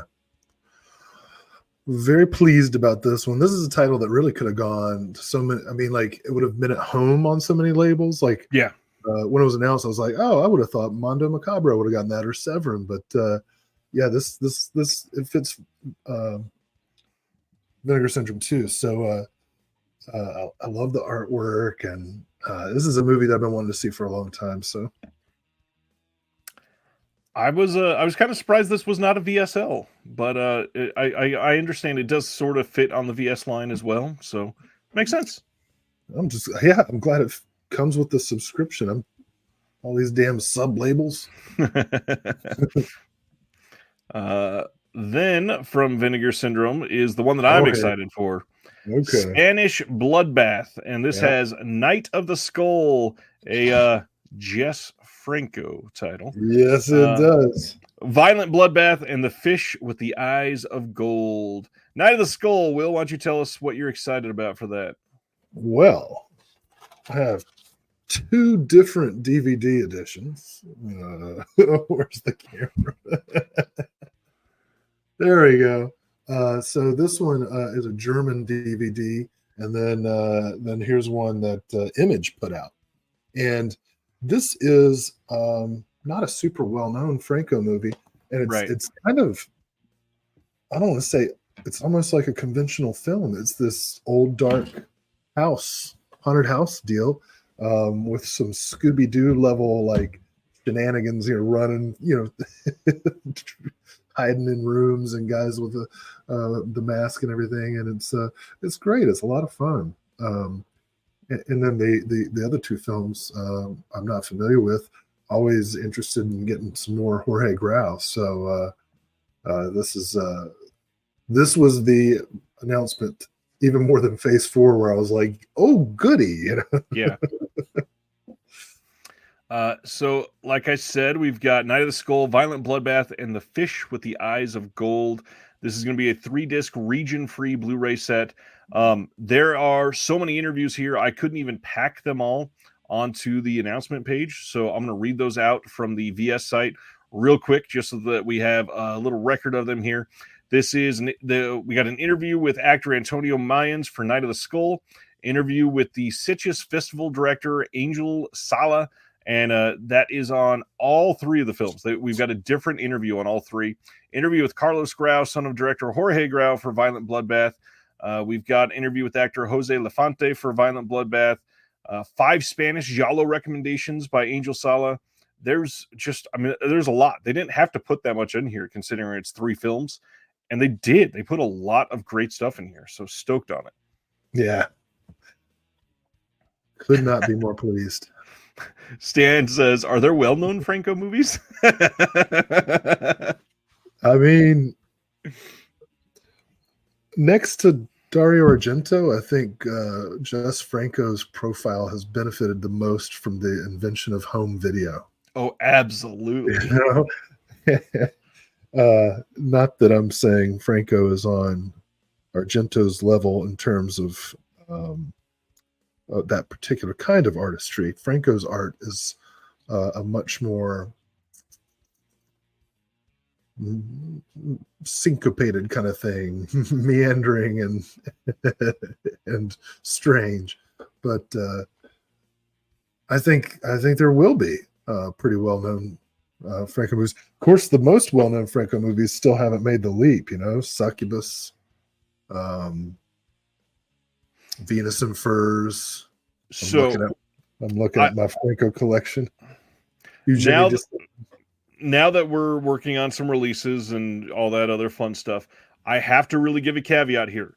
We do not know anything. I'm not saying that something is going to happen, but one thing that we've seen labels do in the past is when you allude to somebody's work that they've done prior, if you have the rights for something else that you're going to be putting out, generally you'll stick to something like that to say, hey, they're also in this, and get that, get people excited for it. Kino Lorber does that a lot.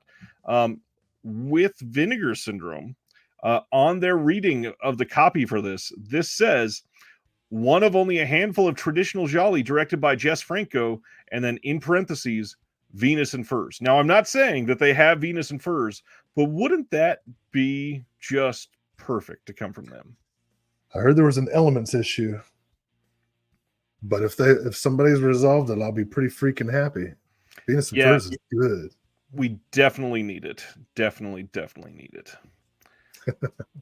Anyways, next up, Vinegar Syndrome has announced that they are releasing A Man Called Hero by Andrew Lau. This is from 1999, and this is coming to their VSA line.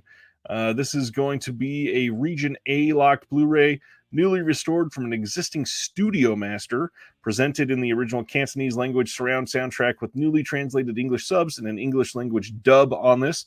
We get a new commentary track on here with Frank Jang, which is awesome. And then Hong Kong cinema's action movie landscape is placing A Blood Sword in the Road, A Man Called Hero's place in that genre. A video essay by Justin DeClue of the Important Cinema Club, which is pretty cool. I'm glad that he's getting into more of these. This looks like a pretty fun VSA. Big fan of Frank Jang's work. In fact, I was going to write a Chuck Berry style tribute called My Jangalang.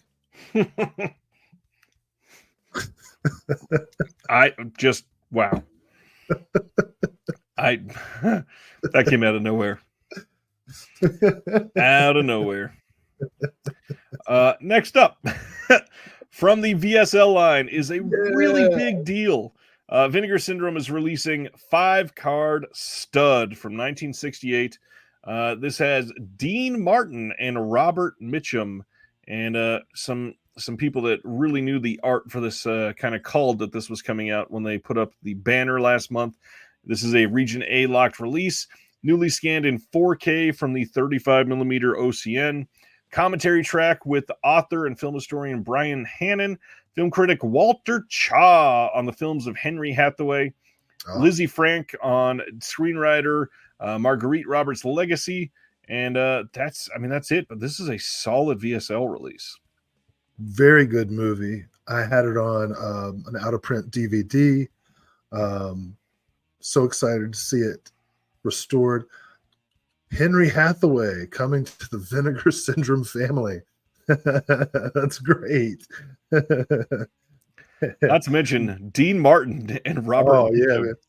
They're so good at this. This movie should come with a cloth to soak up all the alcohol.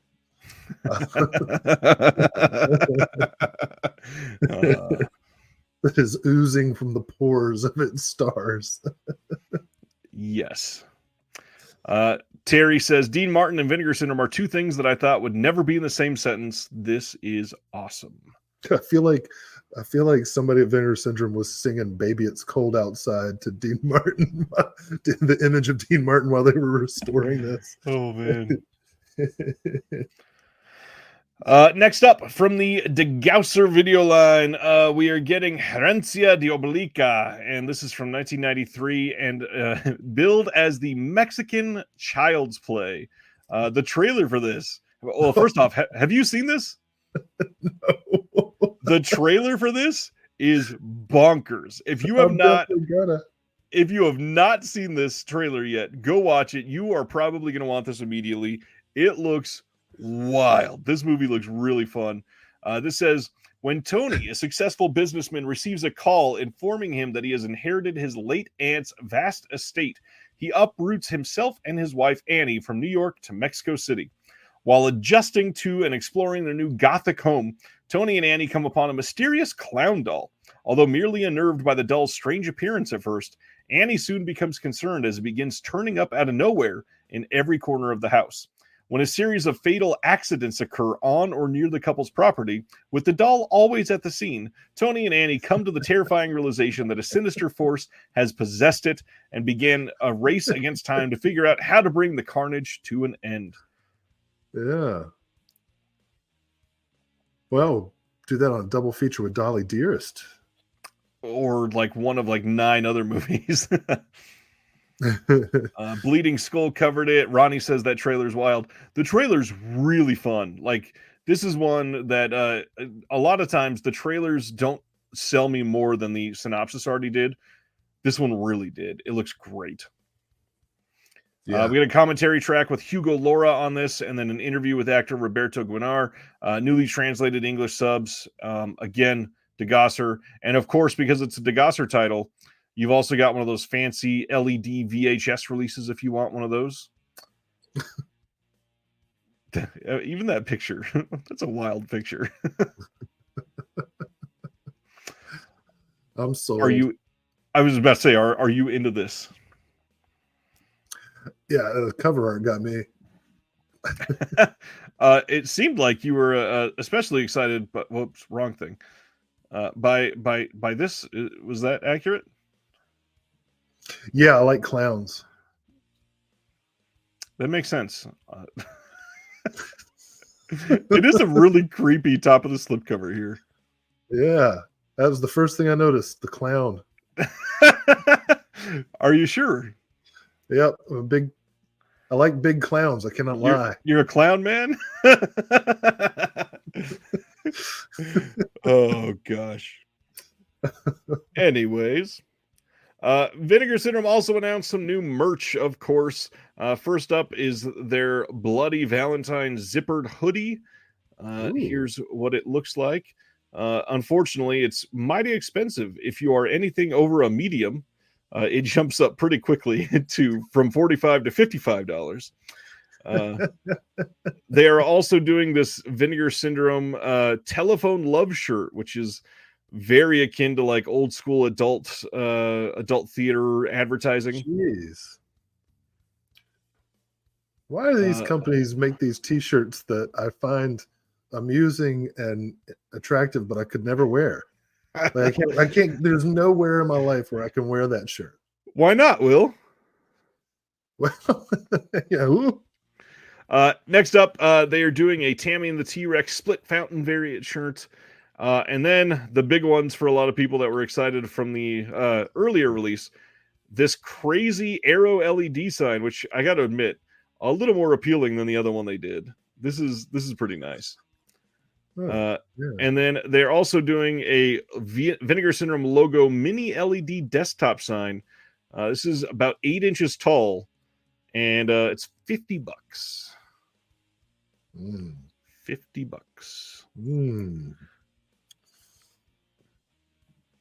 Yeah, I don't think I'm not going to get those things, but I like that they exist. Anyways, time to get into these partner labels. First up is from VHS Hitfest or VH Shitfest, whatever they want to be called this time. Blind Faith from 1988, which I have heard for many people is like a top 10 or 20 SOV.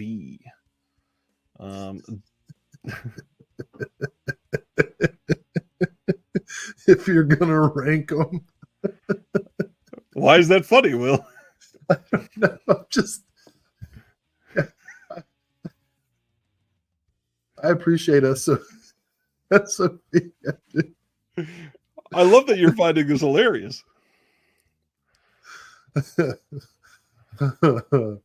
Yeah, this looks cool. So this says Ted Partridge is a mass murdering serial killer going around killing unsuspecting women, brutally torturing them beyond imagination. It is up to Detective William Lindsay and psychologist Richard Stroud to try to stop this killer before more innocent people meet their maker. Supposedly based on a true story of Philadelphia serial killer Gary Heidnik. This has an audio. Go ahead. When's somebody going to make an SOV movie about like a group of 30-somethings who are trying to find themselves? You know?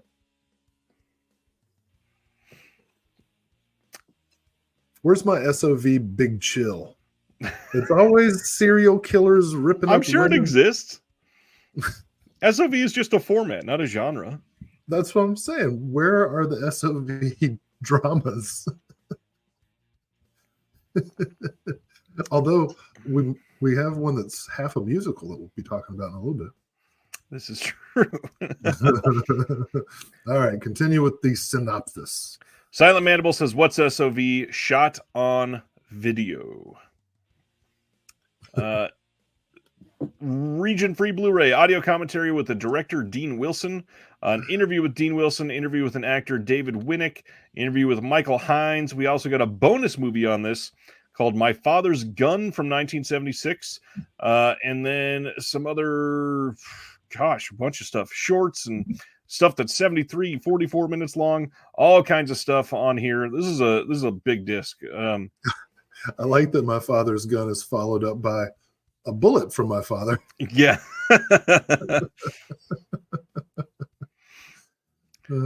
Brendan says, you guys could buy a mini DV and just film yourselves. Kurgan says, I'm in Will's camp. I want Coming Into Your Own as a human SOV representation. Early digital video movies go right along with SOV, no doubt there. And okay. Humboldt says Mumblecore. That's your SOV. Right. SOV Mumblecore. Oh man, that's hilarious. Next up is Deaf Crocodile. I've heard of them before. Putting out Bubble Bath, and great looking slipcover as always. This is from 1979. Reminder that you can buy this on the Deaf Crocodile website, as I did today, rather than buying it from Vinegar Syndrome. Yes. If you buy one animated movie this month, it should be Bubble Bath. Unless you really want to see the tune, then I still highly recommend it. But well, you should have already bought the tune. You should have already bought that.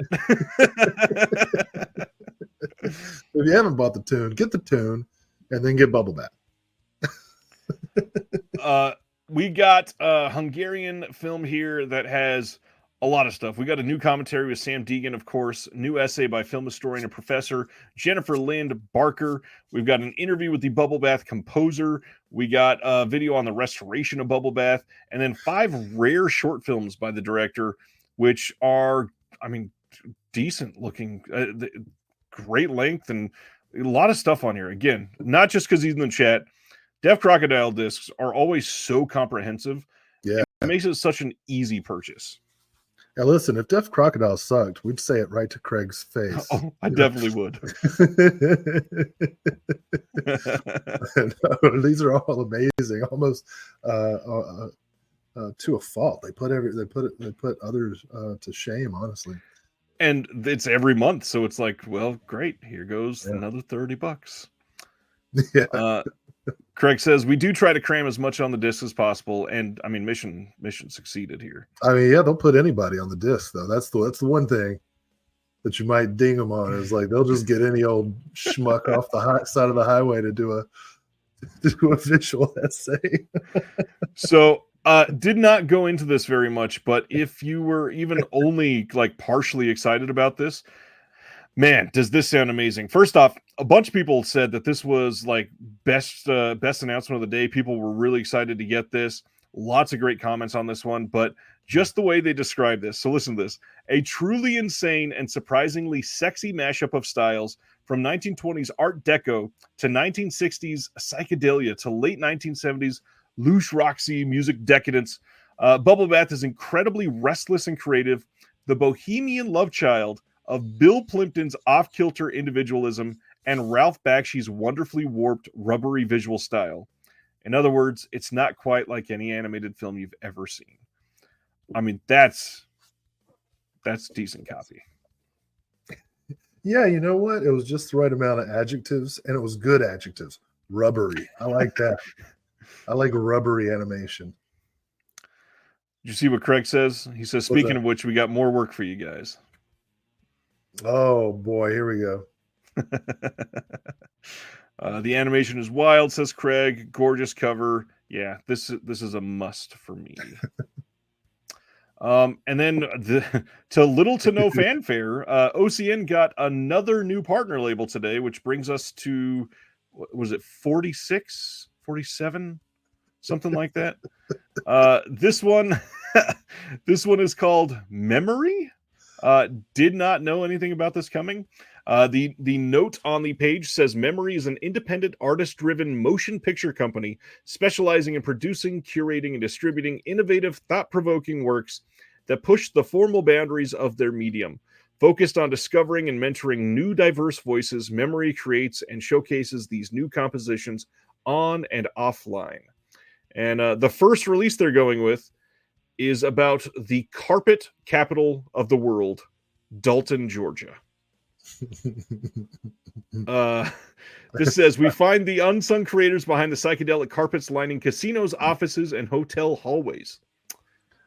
Yeah, when I first saw this, I thought of that documentary, Cocaine Cowboys. And then when I read the description, I was like, oh, there's probably cocaine in here too. Yes, absolutely. Absolutely. Yeah, this looks, I don't know. Yeah, okay. A documentary about weird carpet. Psychedelic carpet. Okay. This is going to be Region A locked. We got a trailer, deleted scenes, Q&A with the directors. There are multiple directors on this.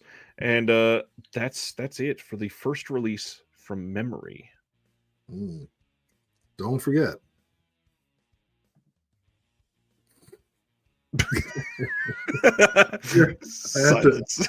I have to admit, Stan, there are a lot of carpet related jokes I want to make at this point, but I'm holding back.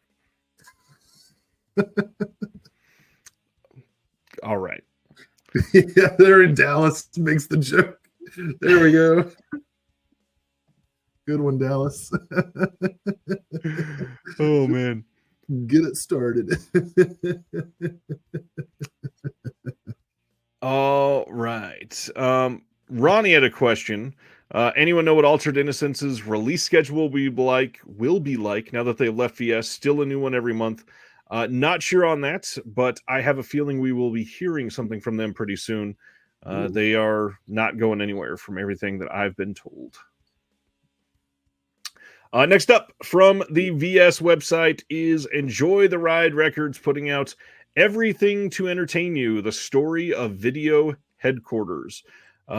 This is a story about a place called Video Headquarters, which was a very well established and long running store in New Hampshire that existed for 32 years, finally closed down in 2015. That was directed by Brantley Palmer, who was an employee, from what I could gather, at this video store.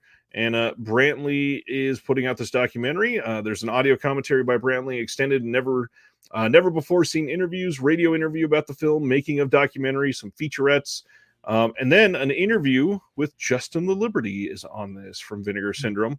And then out of nowhere, Brantley, the director himself, says, "Thank you to anyone who supports the doc. I'm very honored to be featured on the Disconnected page." Must have been nice. following the page before it was announced. That's great. Yeah, those kinds of stories are always cool. You're glad when such quirky niche stories get preserved like that. I definitely like to see this. Craig says, "Where in New Hampshire? I grew up there. It is in Keene, New Hampshire." What's going on? Brian says, "Just got back from Argyle. It was great fun. Watched with sensory seats. Nice." What's that? I have a feeling it's one of those seats that rumbles with the movie and everything. Oh, I went to a movie that said it was like sensory abled, and they just turned the lights up. Interesting. It was like for people. They explained that some people don't like to be in the dark or something. Yeah. So I guess it was a different kind of sensory thing. It pissed me off. What is that one called? D-Box?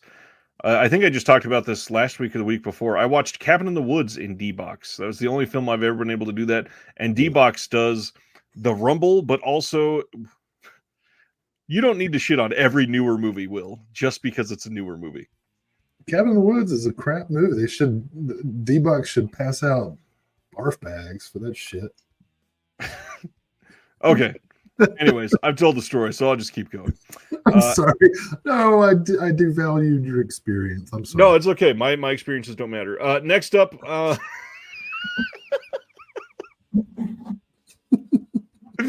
couldn't even say it without finishing. Oh man, Connie is putting out "Man on the Brink" from 1981. This is a big deal. A lot of people were excited about this in Hong Kong Cinema Appreciation Society today. This is a title that people have wanted for quite some time. This is Alex Chung's "Man on the Brink," and it is from 1981, following up Cops and Robbers. On this, we've got an interview with the director, commentary with the director and the AD, and then a Q&A post-screening talk from 2019 that's 72 minutes long, and then multiple 8mm shorts on this. Not a ton of running time, but 4 different shorts. I mean, that's still really cool from the director. And then a booklet with new writing by John Charles with some archival photos. One thing that, not to stir up controversy or anything. Oh, here we go. Don't do it. Frank Jang posted that he recorded a commentary for Connie, and it's not on the disc. And they confirmed with him that it's not on the disc. And damn it, I want my Frank Jang. He's great at what he does. It sucks that he recorded something for this, and now it's not on here. This movie's jangless? It's Jangles. That doesn't work. Yeah. Jangless. Jangless is the word. It's jangless. Yeah, it sucks, especially when work that you put a lot into. And Frank puts a lot into his commentaries. Like Frank told me just this week, I think he's recording 5 commentaries. I'm like, Frank, you got to slow down a little bit. Yeah. Wow. Next up, Dark Star Pictures is putting out Night Siren from 2022. This one sounds pretty interesting. Don't know much about it. We got a Region A Blu-ray with some trailers and some stills gallery action on this. I will say it's a really interesting sounding story, at least. It says, in a remote mountain village, 2 sisters grow up at the mercy of their abusive mother. A terrible accident happens when the eldest, Sarlota, escapes into the woods, followed by her sister, Tamara. Attila, a Roman woman living on the outskirts of town, is blamed for the girl's disappearance and accused of witchcraft. 20 years later, Sarlota unexpectedly shows up in the village. As she digs into her past, the locals grow suspicious. Only a young and eccentric herbalist, Mira, is willing to befriend her. When the animals in the village start to fall ill, the locals accuse Sarlota of conjuring Attila's spirit. Oh, that sounds great. No special features, though. I should have called up Frank Jane. And then just left it on the disc. Or off the disc. Man. Oh my God. You know what somebody should do is, I bet this would be possible. A collection, maybe it could be like a podcast or a CD or something of unused commentaries. Tim Lucas has quite a few. Yeah, and of course Amanda Reyes. That's all those Columbos. Yeah, God, the Columbo thing still makes me pissed off. Yeah. Anyways, you can call it Discantaries. Box of whatever. Go to the next movie. Next is one that we have known was coming for quite some time. It was announced on this show, but very excited that we are getting this. From 1973, Canadian International is giving us the 3rd in the trilogy that they started with Dirty Money and Gina. We are getting Rajan Padavani. This is from 1973 and is a 50th anniversary special edition. And this one sounds fantastic. I've got the first 2. Got to go and complete the triptych here for sure. It's so great that they're putting out so many of his early works. He just came out with a film last year, still making movies now. Wow. Yeah. Great.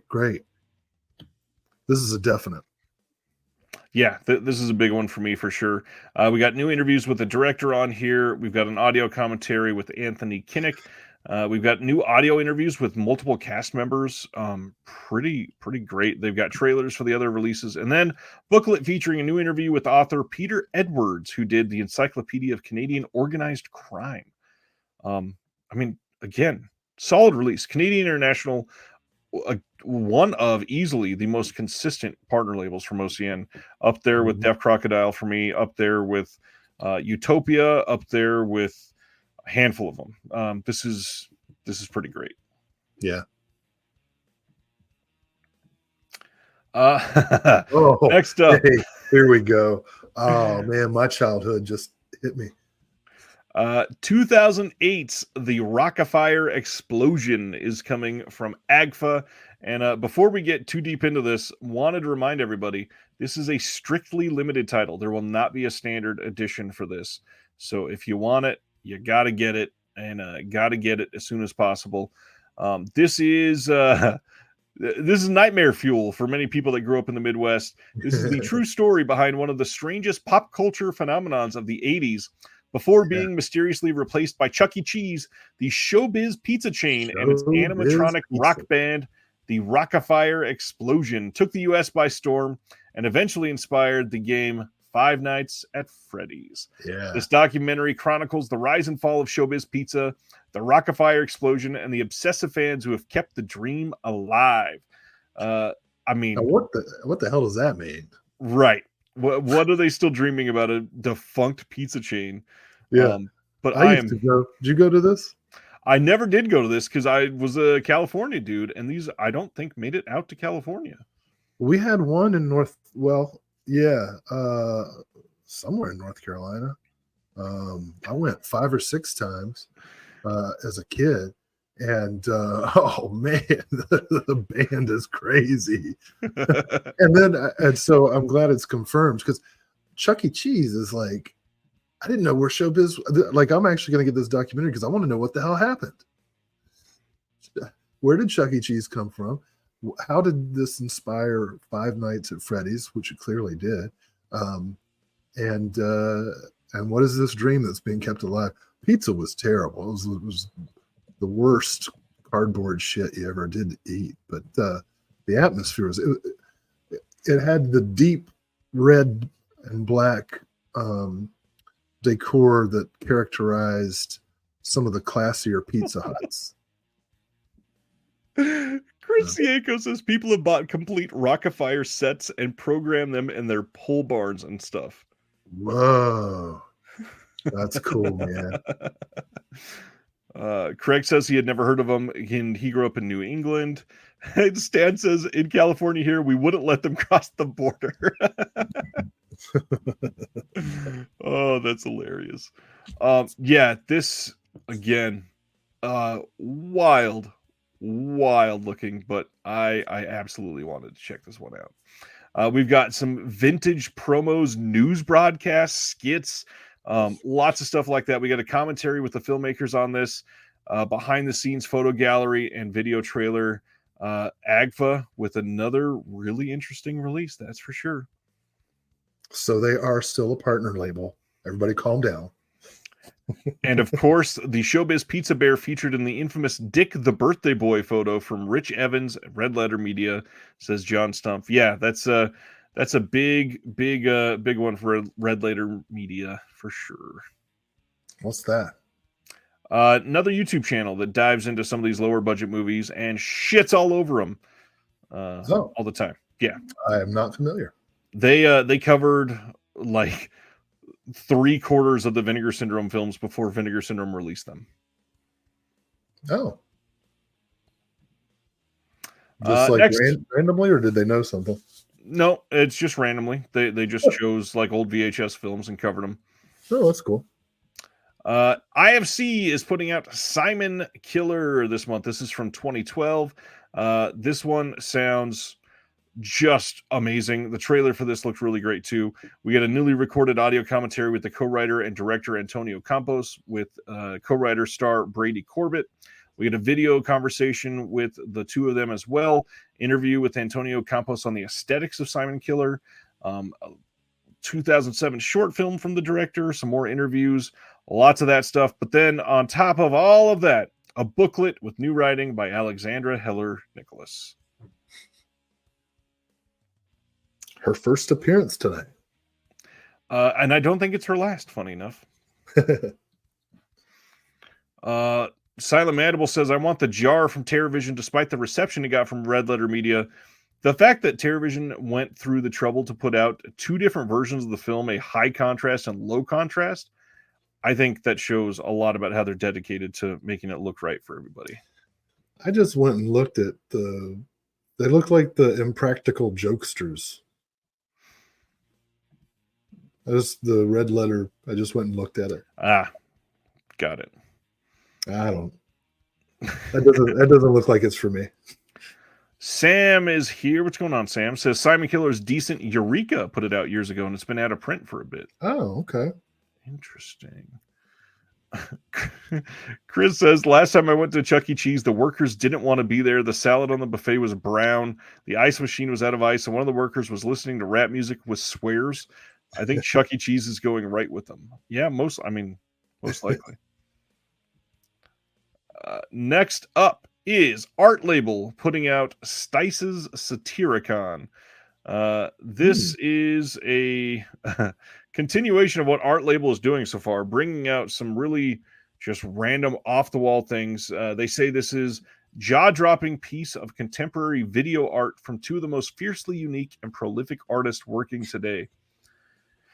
We got a feature-length commentary with the director and composer, some isolated map interstitials, and 22 different music videos on this. 23, plus a live Stice performance and a live a cappella performance. It's got a cappella? Yeah, a cappella. I went and looked up the stills for this. I don't know. It doesn't look that great to me. Looks like a really... I assume that it was very, very intimidating to take this on, but it just does not look like it would be for me. It, as a curio piece, it probably is very interesting. Well, who wrote this copy? Because Satyricon is not the oldest known work of literature by several thousand years. Dissing Gilgamesh over here. I don't know. I mean, the concept looks interesting. Shot on a built-in laptop camera, then chopped up and collaged into gorgeous, hypnotizing oblivion. Right. That might be a little too many adjectives for me. But I definitely want to look at this. Humboldt Horror Honey says, no new title from Melusine. Reminder that it's February, which means there is an adult film sale that's going to be on the Melusine site with 2 new titles up over there next week. And you can check that out then for sure. Yeah, the slip on this is pretty nice. Lots of art, lots of detail. It is art label, so. All right, Stan's challenging me. First, Stan says that Red Letter Media is actually cool guys, which I'm sure they are. And now he's saying Petronius.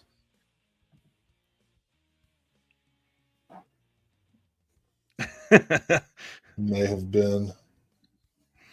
Sibner says Dissin' Gilgamesh would be the best early 2000s rock album.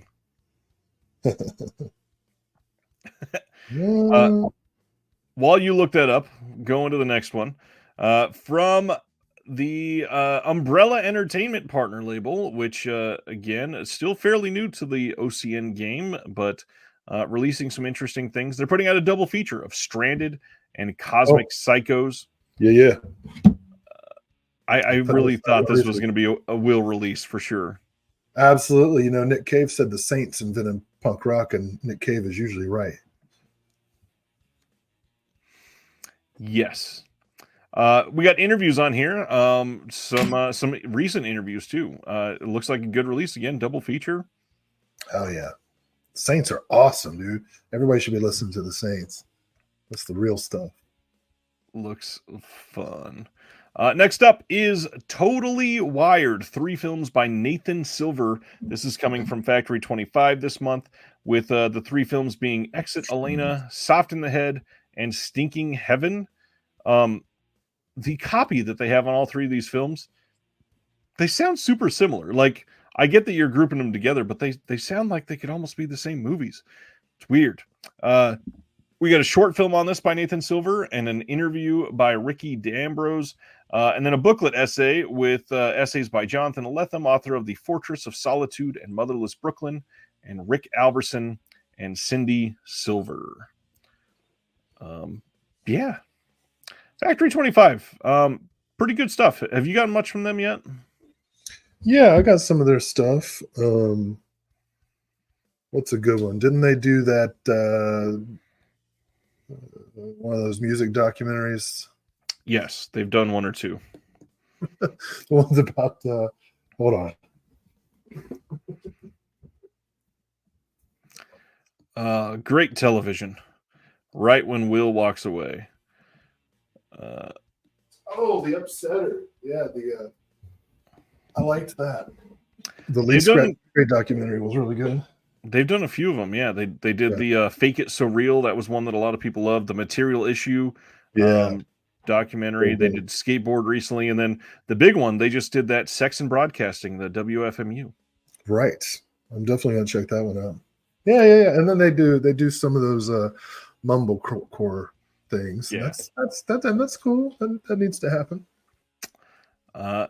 Next up is Where the Devil Roams from Yellow Veil Pictures. Interesting looking release here. This one says follows a family of traveling sideshow performers as they traverse the harsh conditions of Depression era America on a bloody search for eternal life.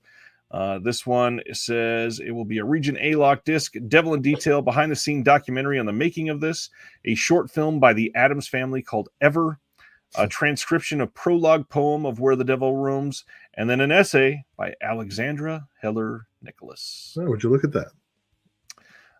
Yellow Veil, they always do great stuff, and they are somebody that I've been chasing for years to have on the channel. And guess what? I got them. They'll be on in an interview coming out next Monday on the channel. Really, really awesome down dudes, and stoked to finally be able to talk to them. Hope you guys check out their stuff because they're just putting in a lot of hard work, and so much hard work that they're literally just hard to have a conversation with because they are always busy. Wow. Yeah. I didn't even know that. That's cool, man. Nice surprise. Yeah.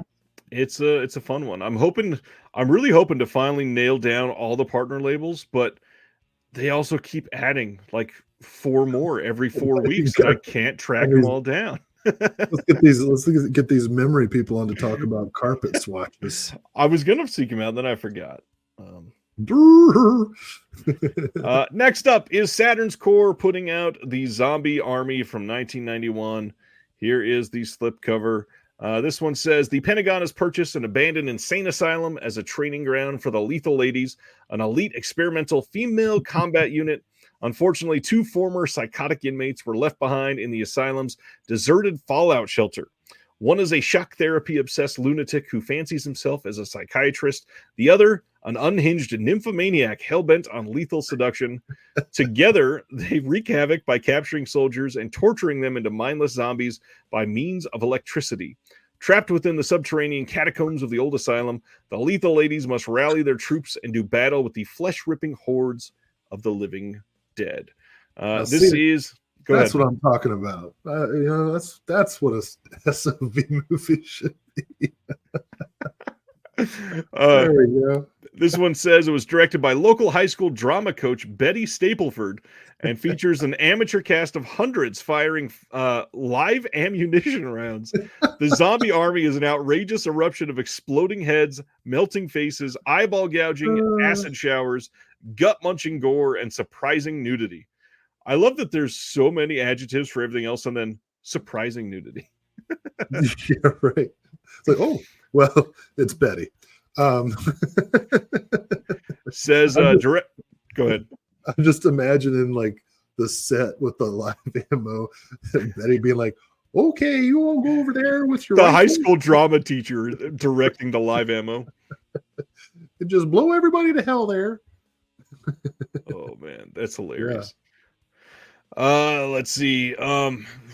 Directed by a woman and featuring an oddly empowering feminist slant, the Zombie Army would go on to become a 90s rental store and fanzine favorite.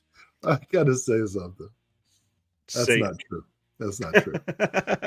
It does not have an oddly empowering feminist slant.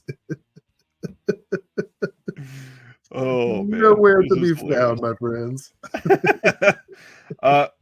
And we're saying so much because, again, the release here, commentary with Richard Mogg, author of Analog Nightmares, the shot-on-video horror films of 82 to 95, and then Incubators of Death, the Asylum and Horror Cinema, visual essay by you and me of someone's favorite productions. How about that? Hey, this was first off a long time ago. I feel like this was another lifetime ago. That was the first one we did, right? First visual essay, yes. We had by the time we did this, we had done like 4 or 5 commentaries. But so I got to tell you guys, I didn't really understand the form, and that will be clear if you see several of the visual essays that we've made. and this one actually turned out to be probably more like a traditional visual essay than anything else we've done, but it's still kind of different. it is certainly not more traditional than everything else we've done. This one is this one is very interesting, and I think that people will enjoy it. And as I've said before, one of the things that we're really trying to do is kind of be innovative and push some boundaries of visual essays and commentaries, bring things into these that are not in many others. And that's why there's some surprising nudity. I mean, in a couple of them, yeah, actually, that's true. Oh, I can't wait until we can announce that one and just talk about everything. Oh, it'll be fun. Which one is that? Oh, that one's got some nudity, all right. So anyways, this visual essay is really fun. Yes, as we've alluded to, the movie itself, not the greatest SOV film ever. It is pretty fun. What? It is very fun. And as I alluded to, there is an extended music video number. Yep. That is, I think, fantastic. I'm excited about the Richard Mogg commentary. Yeah. But anyway, yeah. This is a fun visual essay that compares a lot of really interesting depictions of the asylum and actually takes the listener on a journey to an asylum yourself. And you can hear me screaming. What is this shit? I'm very excited to see what people think of this one, because man, this was really fun to create, and I'm eager to watch this one on the big screen in the living room for sure. This is one that was pretty cinematic in how we made it. So, anyways, check out the Zombie Army. After our visual essay, this also has Analog Outlaw. J.R. Bookwalter himself comes on and discusses the Zombie Army. And then something really cool. We have 3 episodes of the vintage cable access show called The Video Makers on this. It's a TV show hosted by writer and producer John Kalinowski. And I mean, that just sounds fascinating. They have an archival contest video on this, which the contest video is funny as hell. I got to see that while we were working on the essay, and it's funny. I didn't get to see that. Nope, that's all behind the scenes stuff. You're in front of the scenes. Wow. Wow. Mr. Producer. Sorry, you don't. You didn't have the card. I mean, what can I say? Zombie Army, recommend picking it up. It's a fun release. The movie itself is definitely fun. Visual essays, amazing. 12 out of 10. Shut up. Saturn's Core were great. I mean, that release is chock full. It is, and I really want to reiterate, there are good people in so many of these labels. If I had all the money in the world, I would buy every single release. Ross at Saturn's Core is one of those people that undoubtedly, he would be really fun to be close friends with. Just all the random shit that he loves, the stuff that he's passionate about, the scouring across the country to find people behind these films that he's known forever. And he's one of like 15 people in the world that have a VHS of it. Ross is just tops. He's a great dude. That's it for OCN. Moving on from there. April 19th, Warner Brothers is releasing Doom Patrol Season 4. And if you have not been picking up all 4 as they come out, you can just buy a complete series set. That is releasing same day. It's got, for 4 seasons, they're really touting. We have over 60 minutes of behind-the-scenes featurettes and unaired scenes. 60 minutes over 4 seasons. They were efficient. 60. Amazing. Next up, Dread Presents and Epic Pictures are releasing Double Blind from 2023 with Pollyanna McIntosh, who was in The Woman. You might know her from. It says when an experimental drug trial goes horribly wrong, even 7 young test subjects after being kept awake for days must face the terrifying side effect of the drug. If you fall asleep, you die. Trapped in an isolated medical facility, they desperately try to find a way to reverse the side effect of the trial as one by one they succumb to sleep and death. Panic quickly takes hold, and they turn on each other. It's left up to Claire, the group's unlikely leader, to keep them together, find a way to escape, and somehow manage to stay awake. Good luck. I hope they're still in their 20s, man.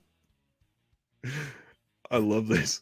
Mikey says 12 out of 10. I bet if the zombie army took place in the Tokyo Dome, it'd get 25 out of 10. And you're right. Absolutely right. Macintosh was on The Walking Dead? Really? Interesting. Probably, right? I mean, yeah, The Walking Dead had a lot of characters. Dustin says that you remind him of his grandma when you put those glasses on, Will. Your grandma reminds me of my grandma. Film Trash Productions is doing a fundraiser for their new movie Fur, and this one looks really fun. Josh Graves is the guy that runs Film Trash Productions. He's done a bunch of stuff, including The House That Eats Flesh, Late Checkout, Chum, Killcast. A couple of those are coming out from SRS Cinema later this year. This one looks really fun. You can get a limited edition Blu-ray and all that stuff. If you're interested in donating, the link is there. It is one of those people that does just really fun, low-budget stuff. Well, you know who likes fur? Carpet Cowboys. Oh, you couldn't hold back. Okay, speaking of not holding back, I don't... I even put this in my post, but I don't normally cover Massacre Video, but I wanted people to make sure that they saw this. Massacre Video is releasing Horrible High Heels, and you can pre-order this now, and it's shipping supposedly in March. This is a grim story of a shoe factory owner's descent into madness as he is driven by perverse desires and begins a horrifying spree of brutally murdering and skinning women to create high heels. This is a notorious Cat 3 film, and it sucks that Massacre got it. I really wish somebody else had it. But people should know about this. It's uncut completely. And then the next one that really wanted people to see is Hunt Her, Kill Her. This one is supposed to be great. Have not seen this, but you can also pre-order this now. Ryan's like, I normally don't do this, but because these particular movies are so brutal in their treatment of women, I think it's my duty. Genuinely. To spread the word. No, Horrible High Heels is actually pretty good, and I think people would appreciate it. Hunt Her, Kill Her, I've heard good things about, but then it's just regular Massacre stuff after that. Das Coma Brutal Duel, and then Ostermontag, which this one... That one is here. I'll get it off the screen, but that one's supposed to be. What's the best one to show? Okay, that last one. It's supposed to be this big, brutal thing, but it's not even that crazy supposedly. Anyways, and of course, because we're Americans, we can show those covers. Those people's guts ripped out. We can show the guts, but not the outer guts. It's a really funny moment as I posted this and literally typed out, I don't normally cover Massacre Video. I go and post that on Twitter, and Massacre Video retweeted my post that said, I don't normally cover Massacre Video. Cool. Oh, man. Humboldt Horror says, what is that white thing? I believe it is a rat, actually. Yes. Anyways, next up, some release details for Monk Season 5 following everything that we just looked at. Oh boy. March 26th, we will get the 5th season from Kino. You get all 16 of the episodes, and then those are all restored in 4K, and then a whole bunch of random things, even including an audio commentary for Mr. Monk and the Leper that is archival, and then some extra featurettes. And they've done really great for these releases. I think they missed out on an opportunity in casting for Dune, because to me, you'd want to get Shai Shalhoub.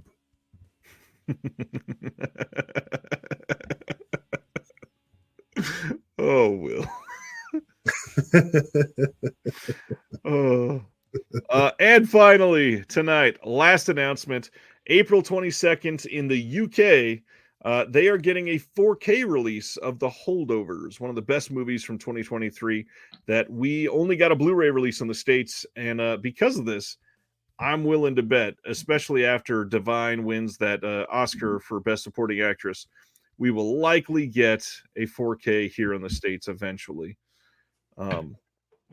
Yeah, you can pre-order this now from the UK if you are after it. Great movie. Strongly recommend. It's incredible. You haven't seen this one yet, have you?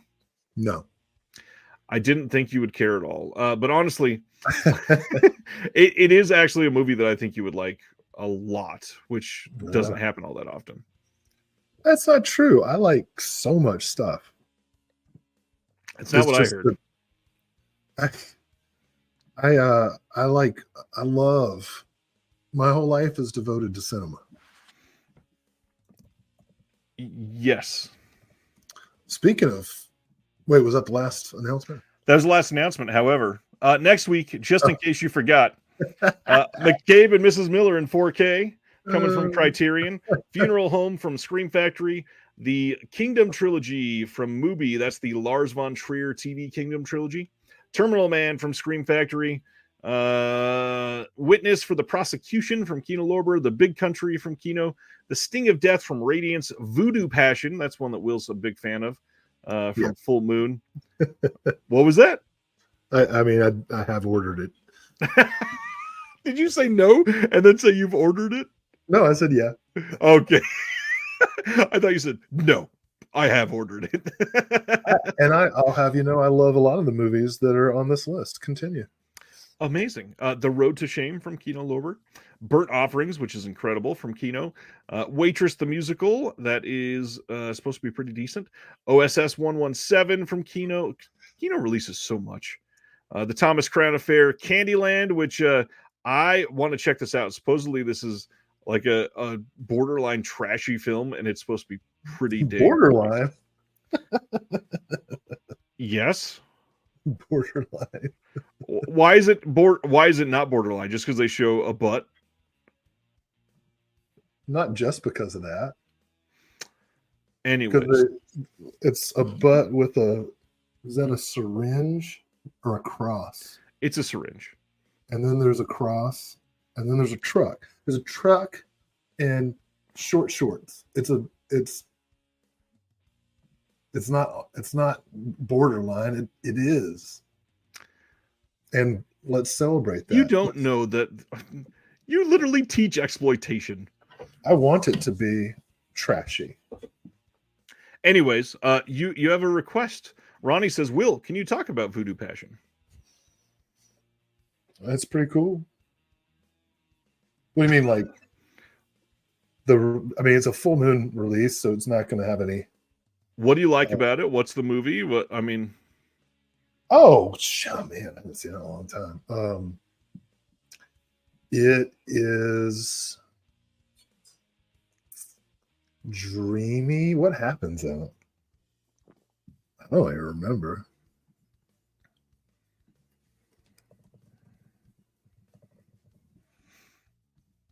So hold on, let me get the DVD that I have of it so I can refresh my memory.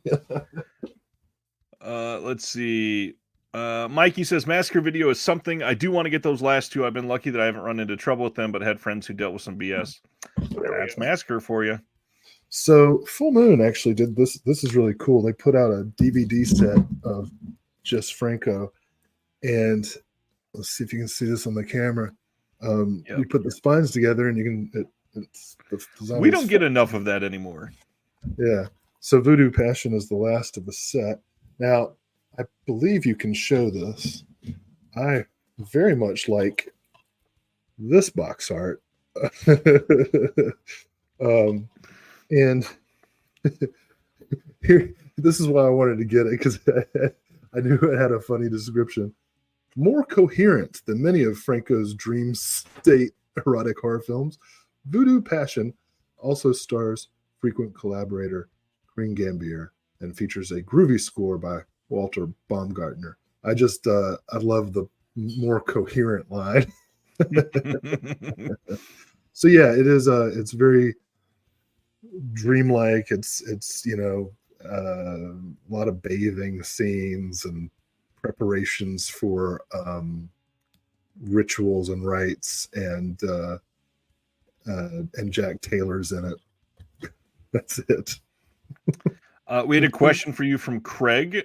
Did you ever see Sideways, Alexander Payne Sideways with Giamatti? I saw that shit in the theater. Oh my God. Let me tell you what, Virginia Madsen's not reading that guy's novel. Okay? That would never happen. I don't care how sad she is. I don't care how emotionally vulnerable she is. There is no way that guy is getting her to read his 500-page unpublished crap novel. I will say this. I enjoyed the performance of Randall Tex Cobb, rest in peace.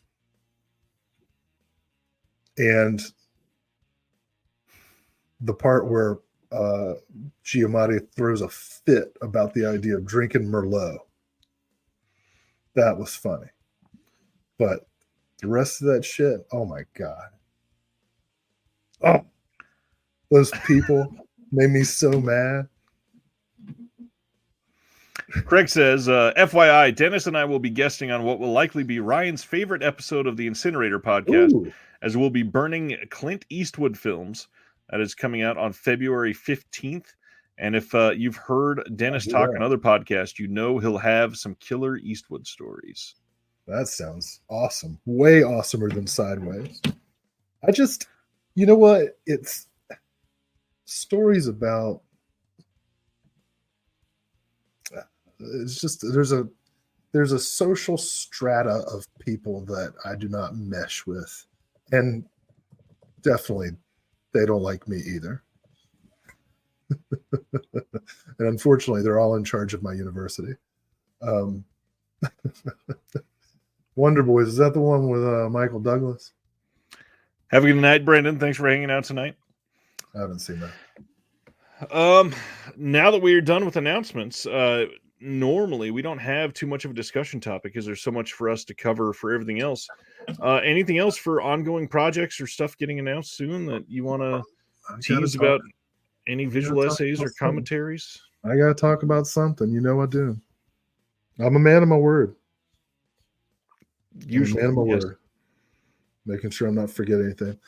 So a couple months ago, I issued a challenge, or I was issued a challenge, and then I issued a challenge in response, which is that I would watch Mandy again, as many times as someone showed proof of purchase for the documentary Invaluable from our friends at Synapse Films.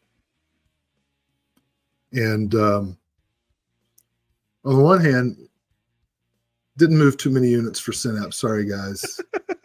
But on the other hand, thank God Almighty, I only had to watch Mandy again once. So I'm here having now watched Mandy 3 times. I've seen Mandy. The one person that watched it for Will to have to do it is Spaghetti here. Yeah, highlighting Spaghetti. Definitely highlight Spaghetti. Good guy. Spaghetti's a good guy. So I watched Mandy again, and I will now give my review. That movie is 2 hours long, and the entirety of it is in slow motion. And just couldn't stand it. I do not understand. I mean, every movie is someone's favorite movie, and it seems like Mandy is a lot of people's favorite movie in here, and I respect it. But I've given it a go. I've watched it 3 times. That's 6 hours. I could have watched Showa in that amount of time. So it's like, all right, a movie tells you what it wants to be, and then it either needs to be that, and it's good, or if it doesn't do what it says it's going to do, I don't like it. And I found the slow motion to be really hard to deal with. I mean, the scene where the freaking cult drives by, what's her name, Nick Cage's lady friend, takes like a full minute. It's not necessary. And I know that the score is by this legendary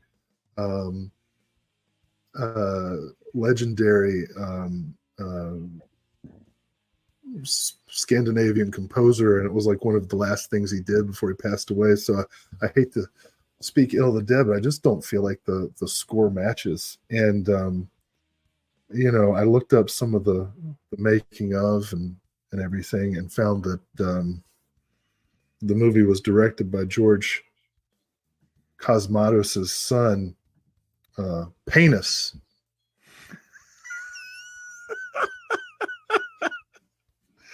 And I gotta say, all that lead in. I gotta say, it's an apt appellation. Oh wow, Penis Cosmatos just didn't work for me. The concept is fine. Lumberjack versus cult. But that's a 78-minute movie, man. So, it had some interesting imagery, and clearly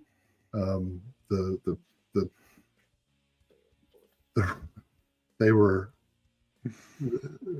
artists, but just the writing wasn't solid to me, and I tried. I went through it like I know that you all think I hate everything, and Craig just said he's afraid that I'm going to hate Deaf Crocodile movies and all this. I don't hate everything that's come out in the last 25 years. I was just saying the other day, you know what one of my favorite Christmas movies is? Four Christmases with Reese Witherspoon and Vince Vaughn. I think that movie is great. I'm not a snob. I like I don't know. I like all kinds of stuff. But I don't like Mandy. Poke says you got to drop acid before you watch it. Yeah, I guess. I don't know. Last time I dropped acid, I made an MTV Cribs video of the apartment I was living in at the time. It was like 1999, maybe. And I'm glad that video disappeared. I hope it never shows back up. It was pretty funny, though. I remember. Oh, man. Yeah, so I watched Mandy, and I'm not going to do it again. I'll tell you that one. I did my time. What do you want to talk about? The fourth time's the charm. Oh, fucking what did you want to talk about? Special features? Is there anything, not that we can say any titles, but anything that we've been working on that we, want to talk about to, hype up some of these visual essays or commentaries, because there's a lot about to get announced. I tell you what, man, some of these things have been so hard to complete. I'm like, am I working on a Synapse release right now? It's going to get delayed. We're not working on a Synapse release right now. But I would do a commentary on Mandy. I don't think Penis would care for it. Spaghetti says, what do I have to do for a Sideways rewatch or an invested buy for an entire season of football? I'll watch Sideways again before I watch a football game. That's for sure. I just don't get, like, what is entertaining about watching people try to hurt each other? At least wrestling is pretend. I don't really I just get to the football. But yeah, Sideways I didn't care for. I care for a lot of movies from the last 25 years, though. I liked. I'm sure I liked something. Oh, I liked It Follows. That was good. I liked most of the Mad Max 4. I liked that. We're gonna go what movies from the last Through 25. every movie over the last 25 years that you liked? Well, it's been hard. I haven't gotten to watch a lot of movies from the past 25 years because of my children. So a lot of what I watched is kids movies and stuff. I have liked a lot of movies that haven't been popular. Like I liked The Great and Powerful Oz, the Sam Raimi movie. I thought that was actually really good. I don't even know what to say to that. You didn't like it? I mean, it's not great. No. Hoax wants to know if you like the film Gummo. Did I see that? Is that the one that Werner Herzog is in? The spaghetti bathtub. Yeah, that was cool. So now everybody's saying I am characters from Alexander Payne movies. Is that right? None of them are saying I'm George Clooney. Well, thank you, Mary. That's incredibly kind of you. So yeah, at least everybody's Incredibly accusing kind. me. I hope I'm not about Schmidt. That's the one. Mary said happy birthday and gave $50. That's incredible. Oh, that's cool. That's very nice. Yeah, producing these special features has been crazy because we had. I think it's safe to say we had a backlog of overlapping deadlines that just did not work. so so that necessitated some finessing, but things are hopefully going to calm down after the next couple of days. Do I like Guy Madden? Yeah. Oh, I think what's the saddest music in the world? I love that movie. Yeah, for sure. Oh God, Stan, come on, man. Actually, you know what? I'll tell you why I saw Downsizing. Because I was working on an essay about Tod Browning's The Devil Doll, which was an adaptation of Burn Witch Burn by the great sci-fi writer Abraham Merritt. And I tell you, man, somebody on the Downsizing team, I'm not saying it was Alexander Payne, I'm not saying it was any particular writer, but somebody ripped that shit off. The Devil Doll. That whole movie is from a subplot of The Devil Doll, and I didn't like it. It just didn't go anywhere for me. I don't know. It was beautifully shot. Jake wants to know, have you guys peeped the trailer for Harmony Korine's upcoming movie? It's something. I liked. I actually did like that Spring Breakers movie. I thought that was actually pretty good. Have you heard about the rollout for this new one, though? It's premiering at a strip club or something. Yeah. So it can be authentic or whatever. Yeah.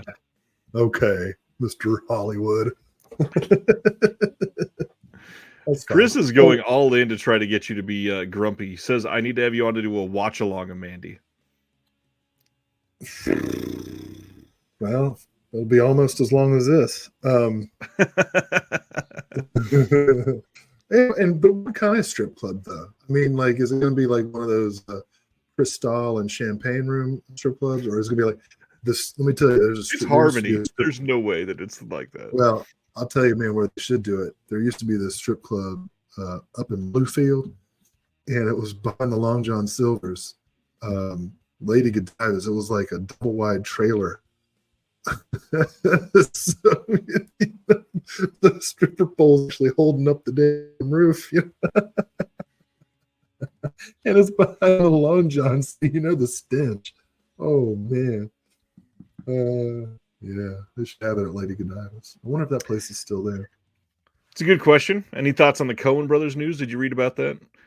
They're reuniting for a bloody horror movie, supposedly. Oh, okay. Well,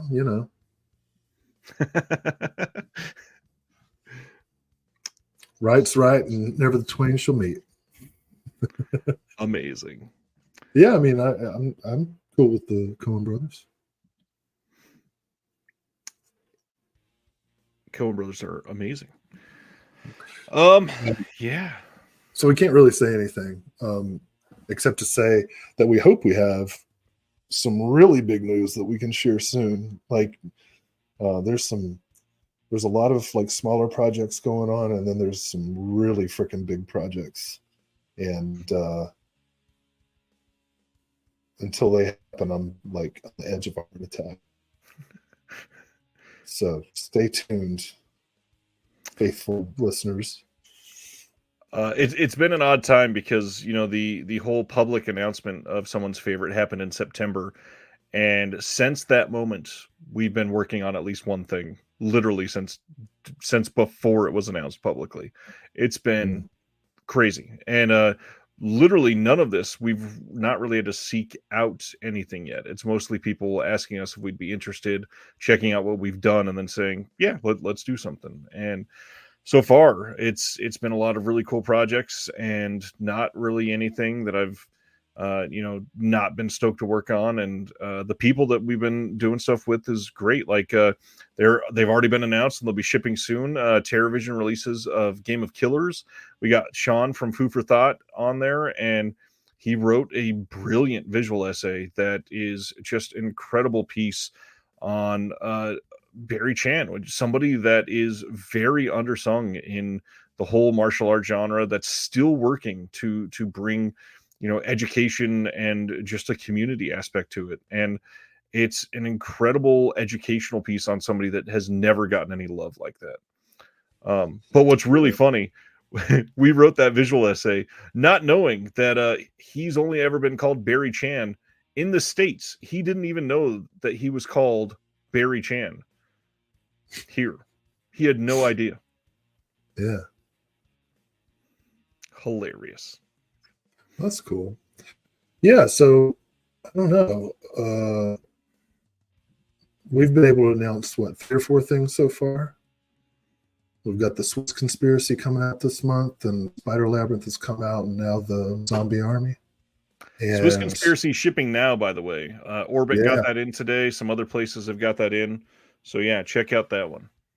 That's great. And it's been really cool to bring in some people from the academic world, people from journalism, critics, independent critics, and just kind of get all these voices jumbled together. Yeah, I'm hopeful for a productive year. We'll see. There are definitely some stories that I want to tell, but I can't until we can say what it's about. So there are some good stories that we just can't say yet, with surprising nudity. Stan wants to know what is the retail on Zombie Army, and it is $27.99 for the slipless, and $30.49 with the slip, unless you are a subscriber. I feel like we need a Danzig parody song called "Slipless." Like slipless.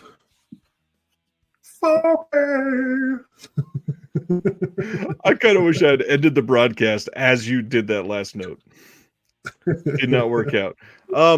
Any other questions before we call it a night? Any other anecdotes you wanted to bring up there, Will? Oh, I'm sure I got a few. No, I think this has been a nice shambling 2 hours and 40 minutes. That's actually pretty short for us, right? It's pretty brief for us. That's why I feel like we're trying to buy time a little bit. You know why? It's because I've been drinking water all night.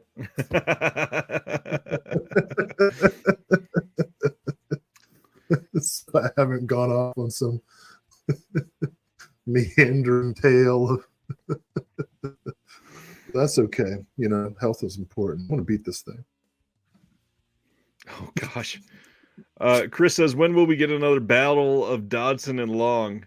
The whole In defense of the genre thing, it's kind of had to be put on hold considering how busy everything has gotten. Yeah, I'd like to do like what do you call those things where all the wrestlers are in the ring at the same time? Royal Rumble. Yeah, Royal Rumble, bring in Ront and somebody else. Who was that guy from Chasing Labels? Steven. Steven, yeah. I think Laurent just blowing everything that he can into some of those action titles and then getting nothing at the end of it. Oh man, he's the best, dude. I love that guy. Yeah, Jeremy Long, man. You know, he's good people.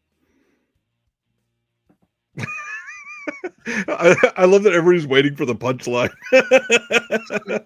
Just like one of his jokes. Oh, on that note, we will call it a night. Thanks everybody for hanging out. Thanks for watching. It's been a really incredible time for us and for physical media, and can't wait to do it again. So from all of us to you, let's call it a night. Have a good one. Thanks, Will. Bye. Thank you for watching The Disconnected. On the way out, make sure that you are subscribed to the channel, that you've liked the video, and that you've copied the link to be able to share with someone else that may appreciate this.